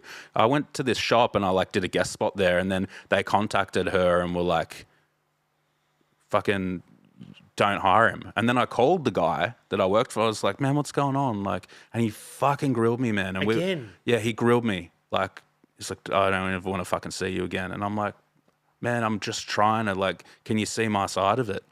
And they're like, yeah, well, you're a dog. And I'm like, all right, okay, fucking this is it. So they actually did have the weight that they said they did. Yeah, 100%, man. Wow. Yeah. Yeah, it was full on. I thought, I'm fucking doomed again. I'm like, every time I take a step forward, I'm taking like 10 back. Yeah. Yeah. So fortunately, Sharpie goes, what's going on? Do you want to come to a guest spot? And I told him what was happening. He goes, dude, I know you. I don't give a fuck about any of that. Come work with me. It'll be fun. You'll be okay. I promise you. And if it wasn't for him, dude, I don't know that I'd be doing it. I know I'd be tattooing ever again. And that was Port Melbourne? Yeah, Port Melbourne. So then you go there, you do that. You kind of, at this stage, I guess, people that were dictating the scene don't have as much pull because it starts to blow up. Yeah, it's taken over. It's like a small kind of niche. Where I was on the Gold Coast, they were like the heavyweights of the Gold Coast. Mm-hmm. Like the guy that owned the shop, he'd been there for like 34 years already. And he was like the first tattoo shop on the Gold Coast. Then I come back to Melbourne. Look what's happened in a couple of years' time, you know? They're on every street. Yeah. Everywhere. And I said to Sharpie, I'm like, oh, is it all good working there? He goes, man, I'm mates with everyone here. It's all good, safe environment. Everything's fine. Don't worry about anything. You're all good. I moved back to Melbourne. Everything you said, true. Mm-hmm. And then I basically finished my apprenticeship kind of in a way, like we never spoke about it. In a way, it was under Sharpie. Because I was like watching him tattoo and he was doing this and he was doing that. And I was learning things I wasn't allowed to do. Because it was like, you're the Playboy Bunny guy. Yeah. But I guess you've already had 6 months working in a shop as like an intern type scenario. Then you've done 2.5 years actually tattooing as an apprentice. Yeah. So there's some people now that do 6 months of something and then they're tattooing all day. 100%. So you've really done the hard yards to some extent. I've done the hard yards to yeah, that extent, but I'm still pretty shit at this stage. Right. Like I kind of, every 10th tattoo, it's pretty good. The other 9 were, okay, you got to get better. Yep. Yeah, but Sharpie forced me into a situation where I was like, he goes, you're doing this, booked your neck tat. No, you didn't. Yeah, I did. You're doing it Thursday. What do I do? And he's like, just do this. Is he managing the shop at this Yeah, stage? he's managing the shop. And he's a good artist. And not to mention, man, he knows everybody. Yeah. So he had like, back then, we'd come out of the MySpace stage and we're on Facebook. He had maxed friends on, he had 5,000 friends on Facebook. Yeah. And Instagram was a new thing. And he's like nearly at 10K on there. So everyone knows him around Port Melbourne. He's tattooing 360, as we were talking about earlier. Yep.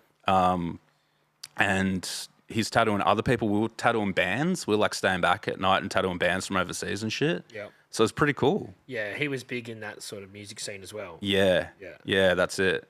So then you're like, okay, I found my feet here. Yeah. Do you ever extend an old branch to the old boss or anything, or you just let that shit go? Man, look, it still plays on my mind to this day.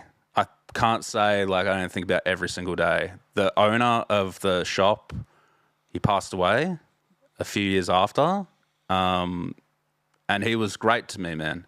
Like, yeah, he grilled me a couple of times, but he was really good to me. Like, I wouldn't be able to tattoo if it wasn't for him. I don't have any animosity, you know, but I also feel like they made it pretty firm that, you know, it's over. Yeah. So then you come back, you're working in Port Melbourne, you just start to level up and get better and better, and yeah, slowly, like you're never gonna be good at it straight away. Dude, 100%. You know, everything's a challenge. A different body part's a challenge. Some people like lay there great for their ribs. Other people run out the door. And some people have thicker skin. Some people have got saggy skin. Man. Some people have got hair. Like there's a lot of different factors. Yeah, some people you can't get the ink to go in, and some people you touch their skin and the ink's like in their organs. Yeah. So, yeah. It's all different. Yeah, it's all really different, and you just got to learn to go with everything. Like, so when you're in Queensland, do you do that? Is the hardcore thing still happening? Like the music stuff happening? Or you kind of left that for a bit? well, I still sort of talked to people because the band that I was in leading up to when I went to Queensland was gaining a bit of traction. So I had some contacts and stuff, and I had a few people reach out to me about singing for their bands, and I kind of hung out with them, but I wasn't really gelling. And I sort of thought to myself, this is a real opportunity to try and get good at tattooing. If you're just like focusing on the music, you might not be able to get as good as you can. So I kind of put that on the back burner a bit. Did you pick it up when you came back to Melbourne? Yeah, I went right back into the band that I was in, and we started playing shows and stuff again. And then eventually that fizzled out, you know, for whatever reason. It just no longer was doing a thing. And I'd like, Sharpie had a band and I'd do guest vocals and things like that. Yeah, so I knew people and I was still around the environment, but I wasn't really that active in it anymore. It was kind of like different times. Yeah. But you're knuckling down, just focus on the tattoo thing? Yeah, I'm just trying to get as good at tattooing and like being able to work with people, like work with clients, like get as good at that as possible, because it was tricky for me initially, man. You know, some clients are like really easy. Like, for instance, think about our conversation. It's really organic. It's flowing. Some people you say something to, like I tattooed this chick that worked in a morgue or funeral home or something. And I said, like, you know, I try to be a jokey guy. Like, Why are you so stiff? I said, like, oh, that must be a real quiet job. And she just death stared me. Yeah. And I was like, damn, dude, like, you know, what do you do? So you're working people out. There's a psychology to it as well. Yeah, some people want to talk, some people don't want to talk. Yeah. Some people want to, yes, it's funny, you see it sometimes. Some people that maybe are a little bit, they're not the coolest people, but they're in the tattoo shop and they're like, hey, and they're like trying to crack jokes and you're like, You just know those people. They're like the ones that, you know, you finish the tattoo and they're like, see you later, guys. And like Bill and Jasmine and whatever, you know. hopefully you have a good time. Yeah, like Yeah, they're like, this is their family in their head.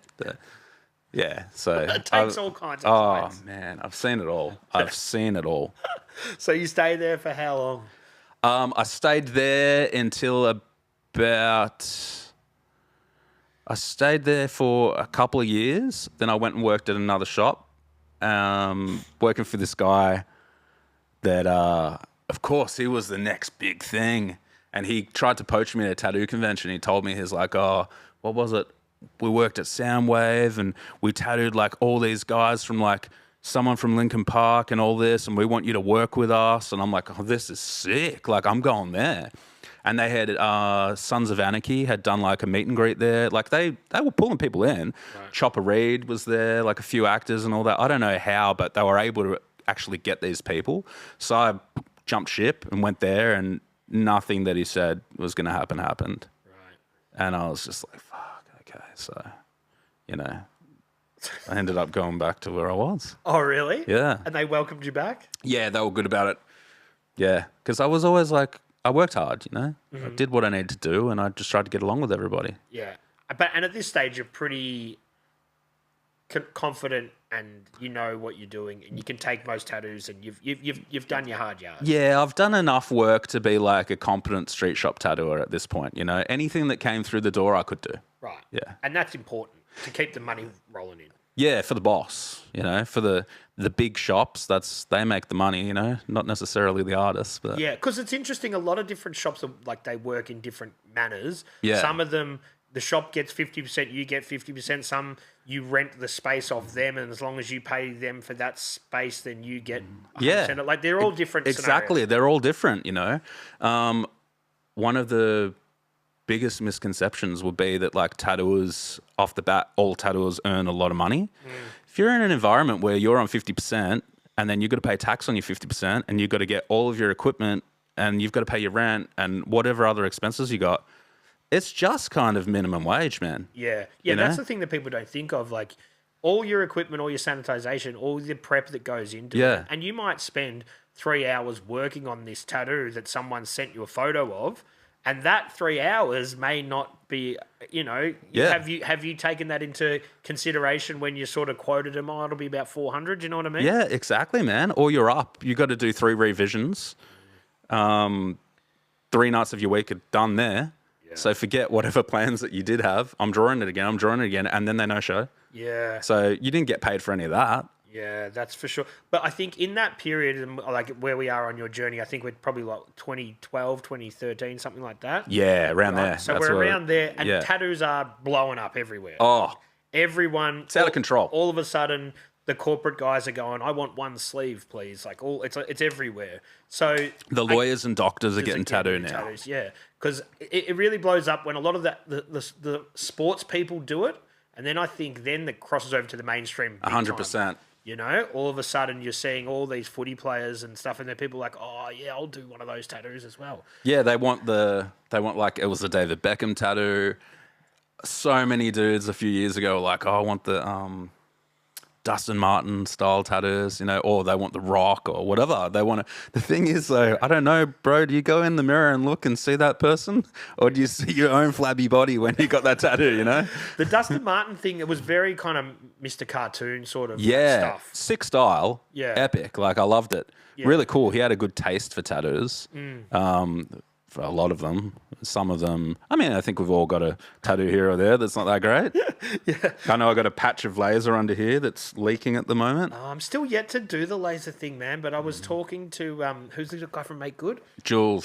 Yeah, I was talking to him the other day, and yeah, from what I hear, it just hurts a lot more than actually getting tattooed. Just numb it, bro. I made the mistake yesterday. I rocked up to get lasered by him because we swap. So he lasers me and I tattoo him. Oh, that's cool. Yeah, it's the best thing ever. So I rock up, he goes, have you numbed? And I was like, no. And my missus has said to me, are you numbing? And I was like, I'll be all right this time. Well, look, it hurt really bad. I should have numbed it. But he's just like in that environment where he knows the spots that are going to hurt and the ones that aren't going to hurt. I feel like that wouldn't be too bad in a grand scheme of things, but yeah. Yeah, it's not too bad. I've definitely had worse. Like he's lasered my face. Like I had a few face tattoos. There's like one's barely there now, but yeah, the others are gone. See. Here's a beast, dude. Yeah. Jules. Shout out Jules, mate. Good. Yeah, I want to almost do it for the experience as well. Have you got anything that like? I've got a few. Any really light ones that you kind of don't like because they I don't sometimes want to throw anyone under the bus. Yeah, you don't have to say their names, bro. Like, I don't want to say, but yeah, we'll talk. Yeah, we'll talk about the laser stuff. But I on your at 2012, Yeah. it becomes really popular. And even though you said, "Oh, look, people think the tattoos," you would have been making some money then because The shops were the busiest then, I reckon. they were so busy, but also you hadn't had the super influx of artists because you're coming off the back of you sort of needed to do an apprenticeship, and then it changes. Yeah. Yeah, well, the quality of tattooing had improved, but it wasn't anywhere near what it's at now. Now it's ridiculous. Like some guys, like sometimes there's people from Europe that have been tattooing like 2-3 years and they're doing shit I never even thought was possible, man. And you think you've seen it all. Yeah. It'd be like seeing someone that's like the best rapper you've ever seen in years, you know? Yeah. But the times have changed though, because like you used to have to ask if I can watch you tattoo. Yeah. Right now, if someone goes, "Wow, how did they do that 3D fade thing?" They could go on YouTube and someone will tell them how to do it. YouTube. So it's Or different.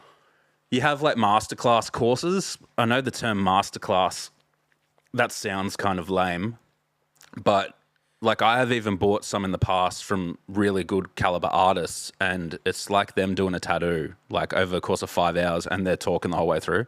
Right. I'm using this needle grouping. I'm using that. This ink. This is running on this. This is that. I'm doing this. Yeah.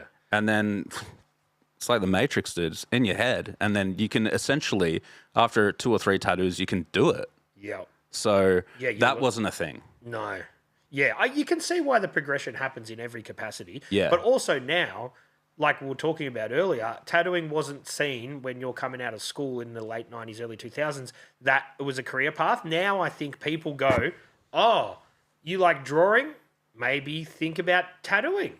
Like that's probably conversations that some kids are having with their parents. 100%.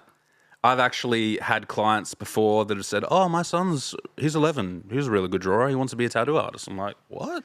Imagine saying that in the 90s. People would be like, "There's no way." That'll blow your mind. Yeah. You'd be like, "Are you kidding?" Yeah.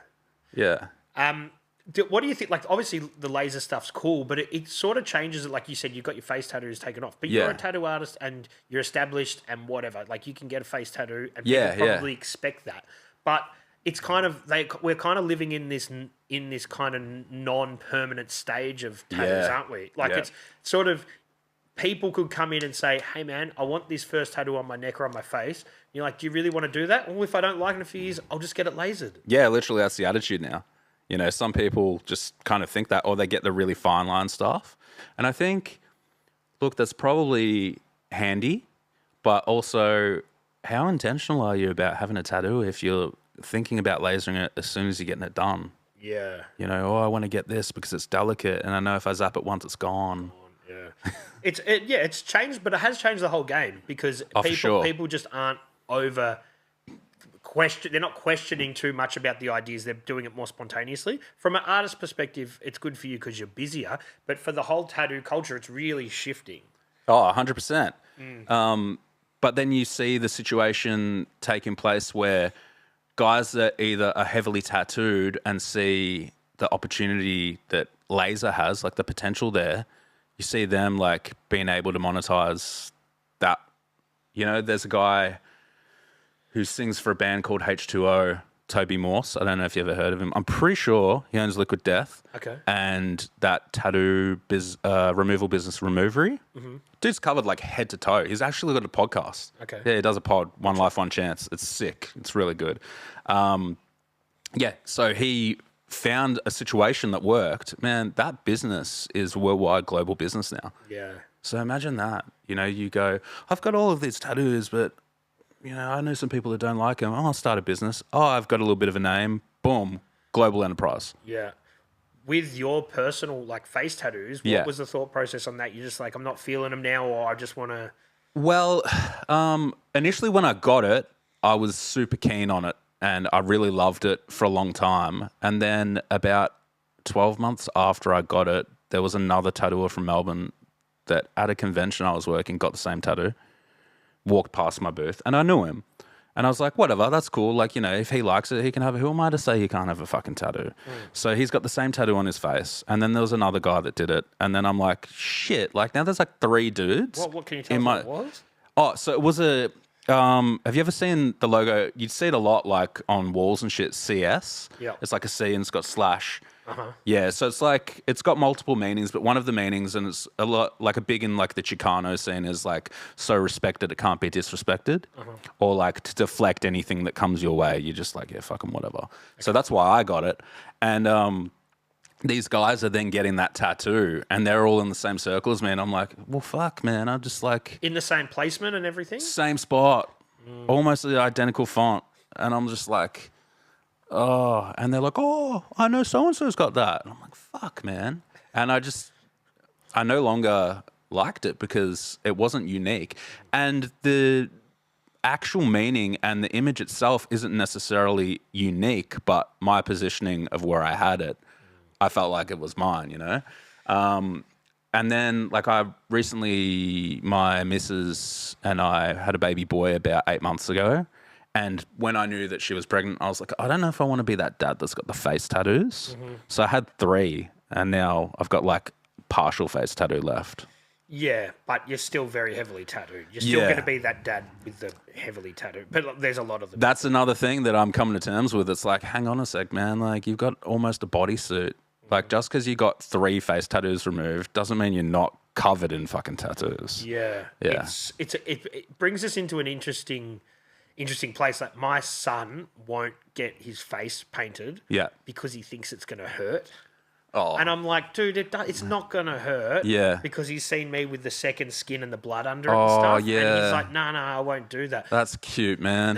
But it'll be interesting to see when the next generation come through, whether they are like, oh, I'm into it, I'm going to get the same tattoos as my dad, or they're like, nah. Because, like, it's sort of like alcoholic parents, I don't drink, you know? Yeah, 100%. So could go, we don't really know yet. I've got a client who recently got a tattoo, and he got me to trace it off a photo of a tattoo on his dad's arm. Yeah, and I think that'll happen now. You know? But is that going to happen in 20 years' I don't think so.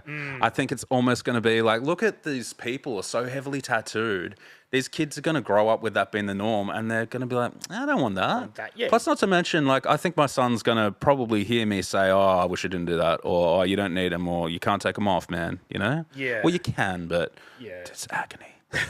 What about the trend in tattoos? Like, we've gone from that, like you said, the black and grey was real popular. Yeah. Then all of a sudden the American traditional sort of thing comes through. Yeah. That's still kind of popular, but then now it's very black and, like, you know, sort of prisonish kind of. Yeah, it's heavy. the heavy, like almost like the Russian prison tattoos. Yeah. And that's a whole thing in itself. Yeah. Which is sort of like the traditional American as well, but just black. Like, just the straight colours black. are gone. Yeah. And then now, man, they're also with a lot of the young, especially females, are getting that kind of, I can't remember what it's called, but it's like the wavy kind of. Oh, dude, like, yeah. It's kind of like an oil slick or something. Yeah. There's this style of tattooing that I don't even know how to pronounce it, man. Like, I'm coming up on my 16th year.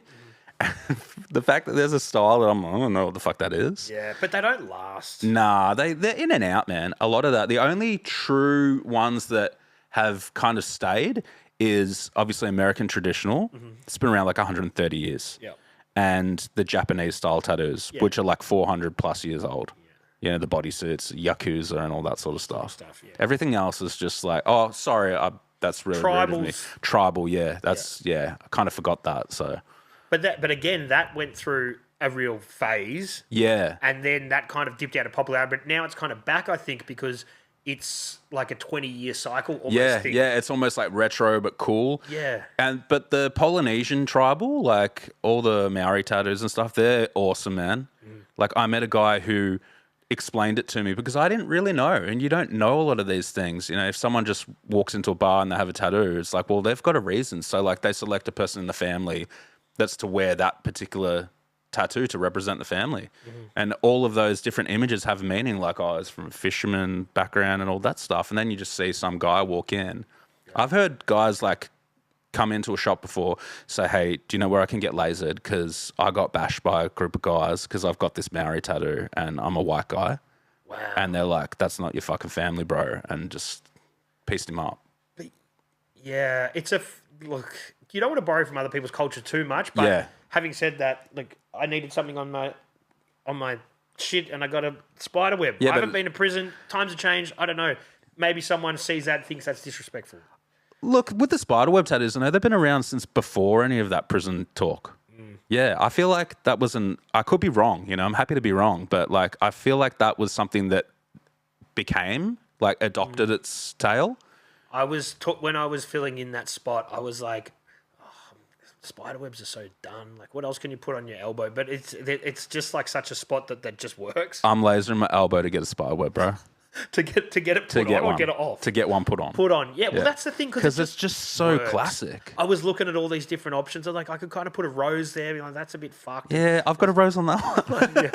But there's not that many options that kind of work with that weird spot, you know? Yeah, 100%. You got like your go-to. Like you said, spiderweb, cloud swirl, rose, skull. Skull goes anywhere. Skulls are cool. Panther head. Panther head, man. I think if you had to sort of pick a tattoo, in my personal opinion, if someone's like, you can only get one tattoo and it's just got to be cool and represent, like Panther's just the thing. I think. Oh, dude, I did one on myself in lockdown. Did you? Yeah, I was like, I got to do a tattoo. So I did a blast over on my arm. It was so hard tattooing with one hand.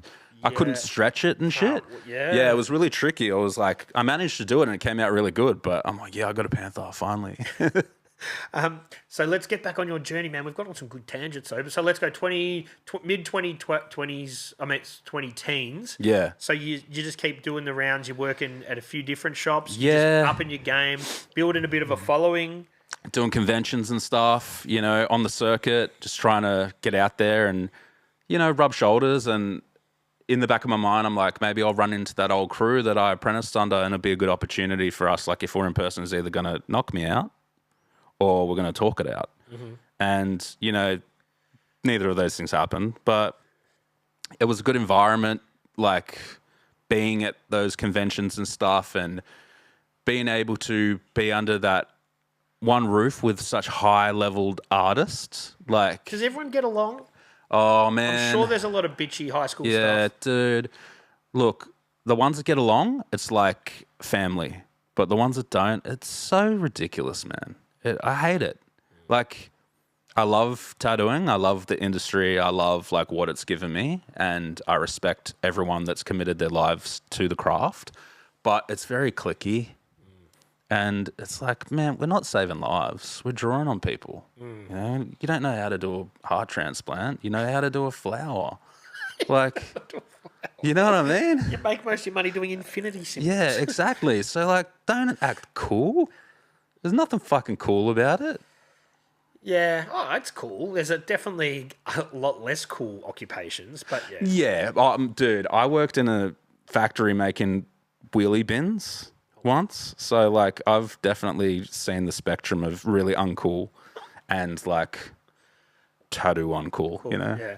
So then you're doing that sort of stuff, going to conventions, and the whole thing blows up, and it probably is peak in like mid 2015. Oh yeah, it's ridiculous. Everything by that stage, it's crazy. It's just lunacy. You know, it's getting to the point where that ushered in another wave of tattooers because it's blowing up. But then these guys that are genuine great artists are then learning how to tattoo. And they're coming up through Instagram. Yeah. Where they're like, some people aren't even doing apprenticeships. They're just buying their shit. Some people are self-taught. And they're self-taught, but they're really good. And they just go out there and they go, hey, through my Instagram, I've already got a whole bunch of people that want to get tattooed and I need to use your shop. Changes the game. Pretty much, yeah, pretty much. Or you've even got dudes that end up just tattooing out of like apartments and shit or hotels. Like I've been tattooed out of hotels by famous people. Yeah, so that sort of changes. So do the legalities of this stuff change then, or was always you needed a shop like properly to be certified? It depends on the state. Because it was governed by the gatekeepers, and then it changed. Yeah, that's it. You know, they were kind of like, you do what we say, or we come to your house and rough you up. Yeah. You know, but now, like different states, like it's pretty tricky, to my knowledge, to tattoo in Sydney. I have tattooed there at a convention. I had to get like a temporary license for like the course of 3 days. I think Queensland's like $1,000 a year for a license. I could be wrong. It's not a bad thing because at least it weeds out the people that aren't really into doing it properly. Look, that's it. There's that aspect, but there's also like, if they clamp down completely, then does it eventually just become hairdressing? You know, is it just like another someone with a? I mean, already you have a health department. They come through. They have like their checklist or whatever. They make sure things are going in the right direction.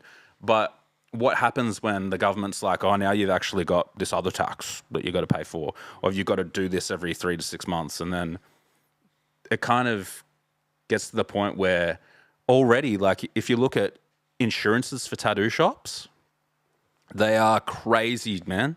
They're crazy. The only thing that would be higher would be tobacco shops. Well, yeah, exactly. I don't think you could even insure one of them anymore. It's nearly impossible. Well, I think there's maybe a couple of companies that insure tattoo shops, but the premiums are stupid. So, like, by the time you even make your profit, man, and you pay your tax and you pay your insurance and all that, it's not glamorous. It's not what it was when I got into it and I thought, yeah, man, you're going to be fucking getting a Lamborghini in 10 years. Nah. No, but the trends have changed as well. Like, 100%. We've had post-COVID, a lot of people financially struggling, cost of living, all that stuff that is cliche, but it's true, right? The first thing that people are going to stop doing is the vanity things, and tattooing, like getting a tattoo, as much as some people go, oh, I need it, it's therapy or whatever, it's a fucking luxury. 100%. And it is a luxury. And I think a lot of people forget that.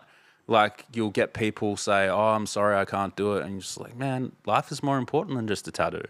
I understand. Like, it is a luxury. Yeah. Some people have the bug, and for them, it becomes almost a sense of their identity. They're like, I need to get tattooed. I get tattooed every month, you know, and they're like, yeah, I live for this. Like, I work all day. And they say, I work flat out all week because all I'm thinking about is my session in 3 weeks' time. And I'm like, cool. You know, I've definitely been that person before. Yep. But you do, with maturity, comes a stage where you think to yourself, like, do I really need this tattoo? Or do I just want it? And when you get to the age of about 35, it hurts heaps. So then you just, you're like, I swear it hurts 5 times as much as it used to. Yeah. When you're 18, you can lay there. You could get tattooed all day. I get tattooed for 2 hours, and I'm just like, dude, I'm ready. I'm fucking 2-year break. Yeah.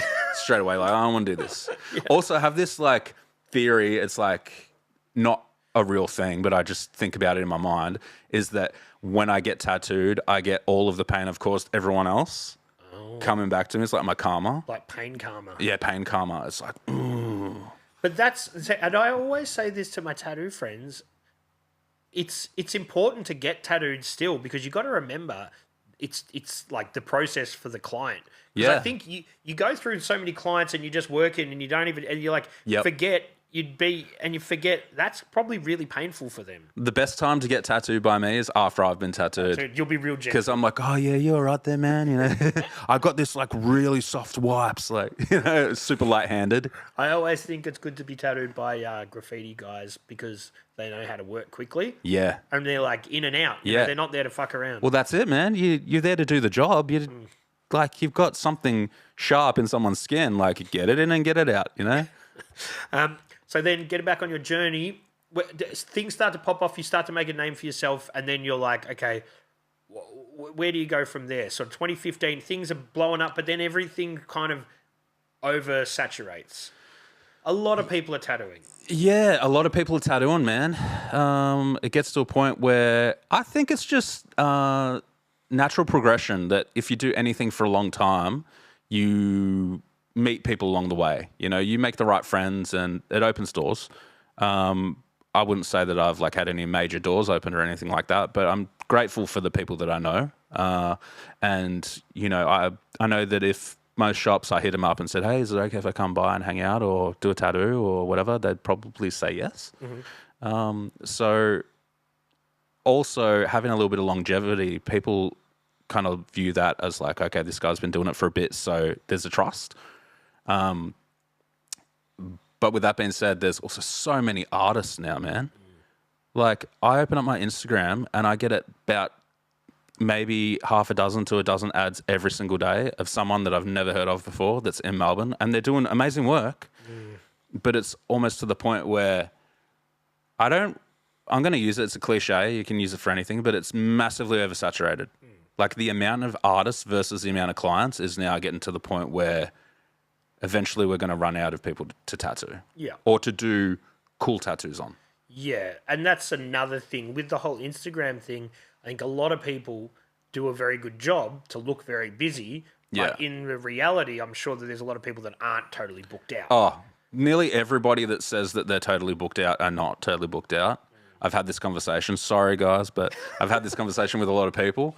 I don't know it's important to keep the facade up that you are booked out, and because it's supply and demand. Yeah. But in 2015, people were booked out for months. People were booked out for years. Yeah. Like, I remember guys that were like booked out for a couple of years. I went with a friend one time to watch them get tattooed by this chick up in Queensland. I won't say her name because I'm not going to make it look like, bad on her part or anything like that. But I was like, I really want to get tattooed by you, but you're like booked out forever. She goes, I'll get you in like next week. I'm like, what do you mean? She goes, well, like I'm booked. Like I've got as much work as I need to have, but I'm not fully booked. Like if I want to put someone in, I can. Yeah. And I kind of learned that lesson that it's important to have enough flexibility that if there is someone that you're really close with or that needs to get something in a hurry, be available. Yeah, no, totally. I was having a chat to my manager about this yesterday. Like with the podcast, I book up someone pretty much every weekday. Yeah. But I said we should just keep one day a week free because someone's in town and they hit me up. Dolan. Right. Well, yeah. I was going to make that work anyway, but like there is someone who's coming and he's like, man, he's only here for 2 days and I'll bring him down. But when you book too much, it overdoes it, Yeah, and that's the thing, and you burn yourself out, or you don't allow yourself an opportunity to something to do with family comes out and it's important, or someone gets sick. Yeah, well, it's all about the balance. Yeah, or you break your foot. Yeah, So then, sort of, COVID happens, and obviously, tattoo industry, along with a lot of the other industries, gets hammered. Yeah. But I guess is it a good sort of reset for you to go? All right, I can work on some stuff I couldn't do, or. Yeah, well, the thing with COVID, man, is it definitely made me rethink my career. Mm-hmm. I don't know, I didn't really do the math on it, but I'd easily been in the game like 10 plus years at that stage. And I wasn't going to tattoo from home. Like I wasn't going to risk it, like getting a fine or something going wrong or getting in trouble or anything like that. Yeah, like, and imagine if something does go wrong, right? Yeah. You'd end up, someone could get really hurt, you end up in prison, like, fuck, it's not worth it. Fuck that. And then you got a reason to have the elbow whip. Yeah, yeah. I thought about actually working for NDIS at one point, man. Yeah, and I'm not going to get too into it, but at one stage I was doing a bit of acting back when I was younger, kind of in between the skateboarding and music. You're not going to get into it because you don't want to? And yeah, I don't want to. Okay. I don't want to talk about some of the things I was on. Okay. But yeah, maybe off camera. Okay. I'll pull that up, Jamie. Yeah. But yeah, I looked at doing some stuff. I reached out to a couple of places and I was like, look, I'm heavily tattooed. Like, if you've got any roles coming up, and they were like, yeah, sweet. Like, we've got some stuff. And then I kind of thought, like, oh, do I want to do this? Is this where I want to be going? Do I want to be that guy that's like sitting in a jail, like in a scene that's like just because they're covered in tattoos and shit? Yeah. So yeah, I thought about a bunch of stuff, man, and I was looking at other ways to make income online and stuff like that as well. So, I nearly didn't return back to tattooing because I wasn't sure how things were going to pan out. I had family and friends in America relaying like the narrative that the news was putting out over COVID there, all the vaccines and stuff, people having reactions, people dying, ventilators, all that stuff. Yeah. So I was like, oh, is that what's going to happen here? Am I just cooking it? Am I overthinking? What's going to happen with that? Yeah. So then when it does start to open up again, where do you go start working from? So when tattooing opened up again after COVID, I went back to the shop that I was working at before I started working for myself. I kind of went back and I said, look, guys, I'm going to be leaving. I'm going to go do my own thing. Going to give you a few months notice, just letting you know, because I've always liked to pride myself in not burning bridges and being able to... When you can help it. When I can help it, yeah. Sometimes the bridges burn themselves. Yeah, that's it, 100%. But I don't really want to necessarily be the guy that puts the match to it, Yeah. So I did the right thing, and they were really cool about it. They're like, sweet. They're like, oh, can you stay? Can you stay? And I was like, well, no, it's time. I'm going to go do my own thing. And that was in the city. That shop's no longer around anymore. They ended up closing just after COVID. So, yeah, I left. A few other people left, and that was the end of it. It collapses. Yeah. So then you went and started your own thing. Yeah, went and started my own thing. Got a shop. Got the keys. Like 3 days later, straight back into lockdown. I was like, well, what have I done? Where was it? It was in Melbourne. Yeah, it was down the road from Chadstone. Yeah. Yeah, so that was all of a sudden I'm like, oh, fuck. Did you have the insurance and the rent, everything sorted? And was there any clause if we get locked down or anything like that? I don't recall any of that. My missus might have handled that because I'm more of the art side and she's more of the brains. So I was just like, look, all that terminology and shit goes over my head. So if you can, what I can manage, like I'll do, but whatever I can't, like you come from that field. So are you able to sort it out? She's got a background in that sort of Yeah, stuff. she like managed a dental practice for 10 years. So it was perfect. Yeah. All right. So I can't remember any of that stuff. All I know is we got the keys and we were going to start doing some renovations, and then we had a gutted building basically. We had nothing in it, and we're like, what are we going to do with this thing?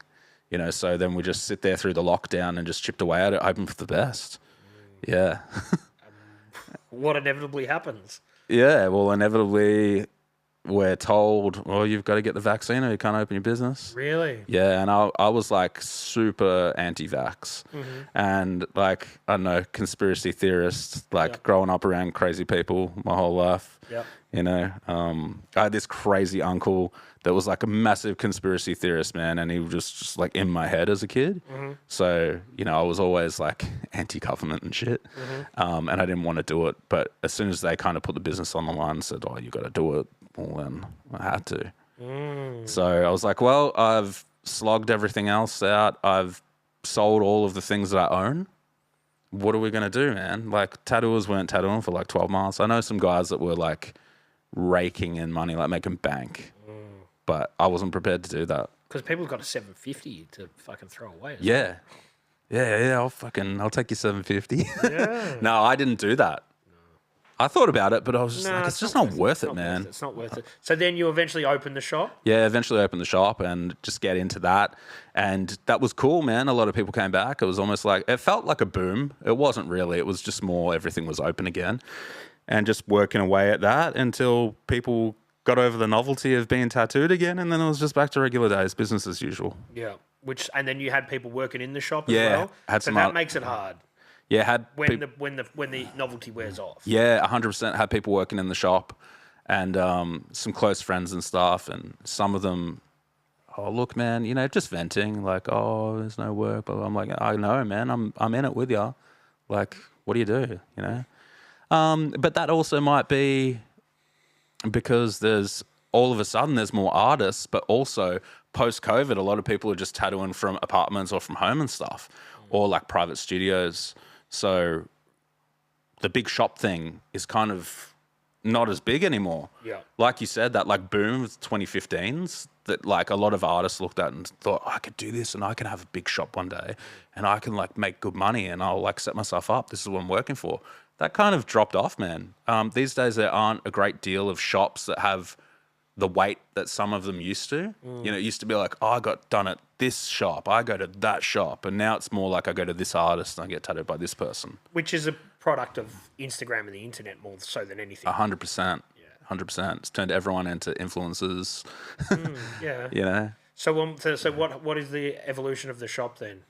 Of your shop? Of my shop, the evolution was we kept it open until the building eventually sold. Right. And then we closed it not that long ago. Yeah, we just like the neighbors from across the street that had a hairdressing salon actually bought the building off the previous owner. Right. And they were like, you're coming up to the end of your lease, so we're going to repurpose this building. So it was like, okay. Did that make it easy for you? Was the writing on the wall, or you could have stayed open if you wanted to? I think like it might have been a fight to stay open, but what I was able to do in that time was find a space, my own space, like a private studio, set it up how I wanted it, and just worry about myself. Not have the overheads of the staff. Yeah, that's it. It's just not worth it, man. The insurances are really high. Honestly, there wasn't much profit in it for me at all. Like, I'm not going to be like brag and be like, yeah, because it wasn't really good. Otherwise, I probably would have gone and done the same thing a second time. Yeah. But yeah, these days I'm just focused on being a family man and, do tattooing because I love it and have a private studio where it's just about the client on the day. There's not like a phone ring or a walk in or all that. Junkie's passed out the front. Oh man, yeah, 100%. Yeah. Or a junkie comes in and tries to fight you, Yeah. which is the greatest thing ever. Or people bringing like 15 of their mates to go get a tattoo appointment. What is with that, man? think it's just There's younger like kids. there's an entourage, or like the best thing is like a young person gets tattooed and they get on FaceTime and they're like, "I'm just getting inked, man. Yeah, I'm getting tattooed right now. That's me artist. Say hi." Oh, wow. Like, no, I don't want to fucking talk to your friend. No. Like, no offense, man, but like, Yeah. yeah, it's just that that personal space and stuff. That barrier is broken completely. So you're enjoying having the private studio? It's like sort of reinvigorated your passion for it? 100%. Yeah, I took a bit of a break. I actually planned to retire and just go on to do other things Well, that I that's had what on you the did. side. You put a post out. Yeah. You said, "This is it. I'm done." Yeah, I was like, I'm done. I'm over it. And that was like in between like closing the other shop. I was just kind of burnt out, man. So I pretty much didn't tattoo for about 3 weeks. Yeah. And I was going through my phone and I was like, yeah, fuck this. Like, I'm stressed out. I'm going to delete all of my portfolio. I'm just going to wipe it. And then I'm going through. I'm like, I don't want to delete that. I don't want to delete that. An hour later, I'm like, I don't think I can quit tattooing. Like, I've been doing this like 16 years. And I feel like I'm breaking up with someone that I love. Yeah. So I was like, maybe I just need to, when like people in a relationship, we just need to take a bit of a break. I just need to take like a break and just tattoo a set amount of days, not like burn myself out, so that I could just work at it, man, and keep it on a level where I'm still loving it. Yeah. I'm enjoying it. What were you? Well, you didn't end up leaving, but if you were going to do it, what were your prospects of? Oh. Because especially you were a new dad at this point. Yeah. So it's like, of course you can have a career change, but you got to think that stuff through. 100%. And like I was looking at just working like online businesses, e-com. There's a lot of great opportunity there. So a few different facets of that have interested me. Crypto, all that sort of stuff. I kind of I didn't even really tell anybody any of this at all. I was just like, I'm going to work online. But there's a few things going on, and like my brothers and some other friends and stuff, they've got things that have been lucrative for them. So I was like, I'll just kind of go down that same road and I could make it work for myself. Yep. And I thought that's enough for me. But unfortunately, Tattoo beast grabbed you back. yeah, I said to some friends, it's like a mafia movie. Just when I think I'm getting out, they pull me back in, But you're back. Yeah, I'm back. So And if people want to get tattooed, they can now. 100%. And I tattoo everything, man. Like, I came from that old school tattoo culture where you had to be able to do it all, otherwise you were fired. Yeah. So Yeah, so now you've got people that are just putting out their certain style, which is really cool. Yeah. And I like a niche. Yeah. But unless you've got 100,000 followers and Yeah. people really have a distinct style, you still need to know how to do a lot of everything. 100%. Like, I guess it's like a restaurant. If someone rocks up and you've got 3 things on the menu, not going to be very busy, are you? No. You might be like, this is the best whatever you've ever tasted in your life, but shit. What, you're open one afternoon a week? Yeah, that's it. There's only one In-N-Out burger. You know what I mean? Yeah. That sort of business model doesn't work for everybody. 100%. For those that get really lucky with it, sweet. But it's not for everyone.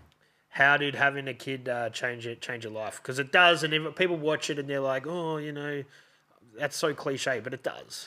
Yeah, look, I don't think it's the sort of thing that you can ever be prepared for and you can ever understand until it happens. But yeah, look, it gives you a purpose. It gives you a purpose, man. Like, you could have the shittest day ever and you look at them and you're just like, you've got your whole life ahead of you and it's my job to look after you. Yeah, and it's like, it puts things into perspective. You're like, all right, well, these stuff that I used to be worried about, I'm not worried about anymore. 100%, man. You realize what's important and like the shit that like you said, man, like the things that would bug you, the tiny, like the smallest things aren't anything anymore. Yeah. And I wake up every day and I hear him or I look at him and I'm just like, it's the best feeling in the whole world. I'm just like, nothing's ever been better than that. Yeah. So I think like in a way, maybe people that were just having heaps of kids had it figured out all along, I think there's a balancing point, man. Like, I don't know. Like, I always think I've got friends that have had 3 kids and some that have had more than that. And I'm like, what are you doing? Like, Yeah. it's crazy. Like, Yeah, Each to their own, all each of to their my own. friends that say if you have like 2 under 2, you're just living in chaos. you would, man. And then you hear like old days, people having like 16. But I think in the old days, and this sounds really bad, but Yeah. kids weren't healthy. The health things weren't there, and kids weren't making it certain. So they had a lot, and a lot of them didn't survive, which is sad. That's the saddest part, man. yeah. And it was so common. Yeah, very, very. They had to like, all right, well, if one fails, we got to have another one. I know it's crazy. Kind mindset. of messed up, man. We get really lucky these days, you know. You just and there's so much available, you know, for whether it be support or whether it be like assistance, whether it be like health. They're big on like, I'm sure you've seen it. They're big on like mental health parents. Yep. They're really big on it for dads, which is strange. Like, Yeah. I would have thought it would be more like a maternal thing. But, you know, they're always like, and how are you going? And I'm like, I'm doing good. Like, he makes me happy. Like, life's amazing. Yeah, but I'm sure there'd be case studies where a lot of the dads freak out and take off, right? So Yeah. they're trying to prevent that. I think they figure out the earlier we can get to this core of the problem, then we're not worried about, 100%. the rest of it. Yeah, there's that awareness there, which is great. Yeah. Yeah, no one's going for like milk and bread and not coming back. Yeah. It's too easy for people to be found these days. Yeah, that's it. You can't Oh, just take actually, I got your location on. I can see you. where you are. Yeah. Man, talking about kids, we're going to have to look at wrapping up soon because I've got to pick my kid up from school. That's cool, man. We've been talking for about 2 hours. Have we really? Yeah, maybe even a bit longer. Wow. Do you want to tell us what people can do to reach out for you to get a tattoo or anything else that's on the horizon for 2025?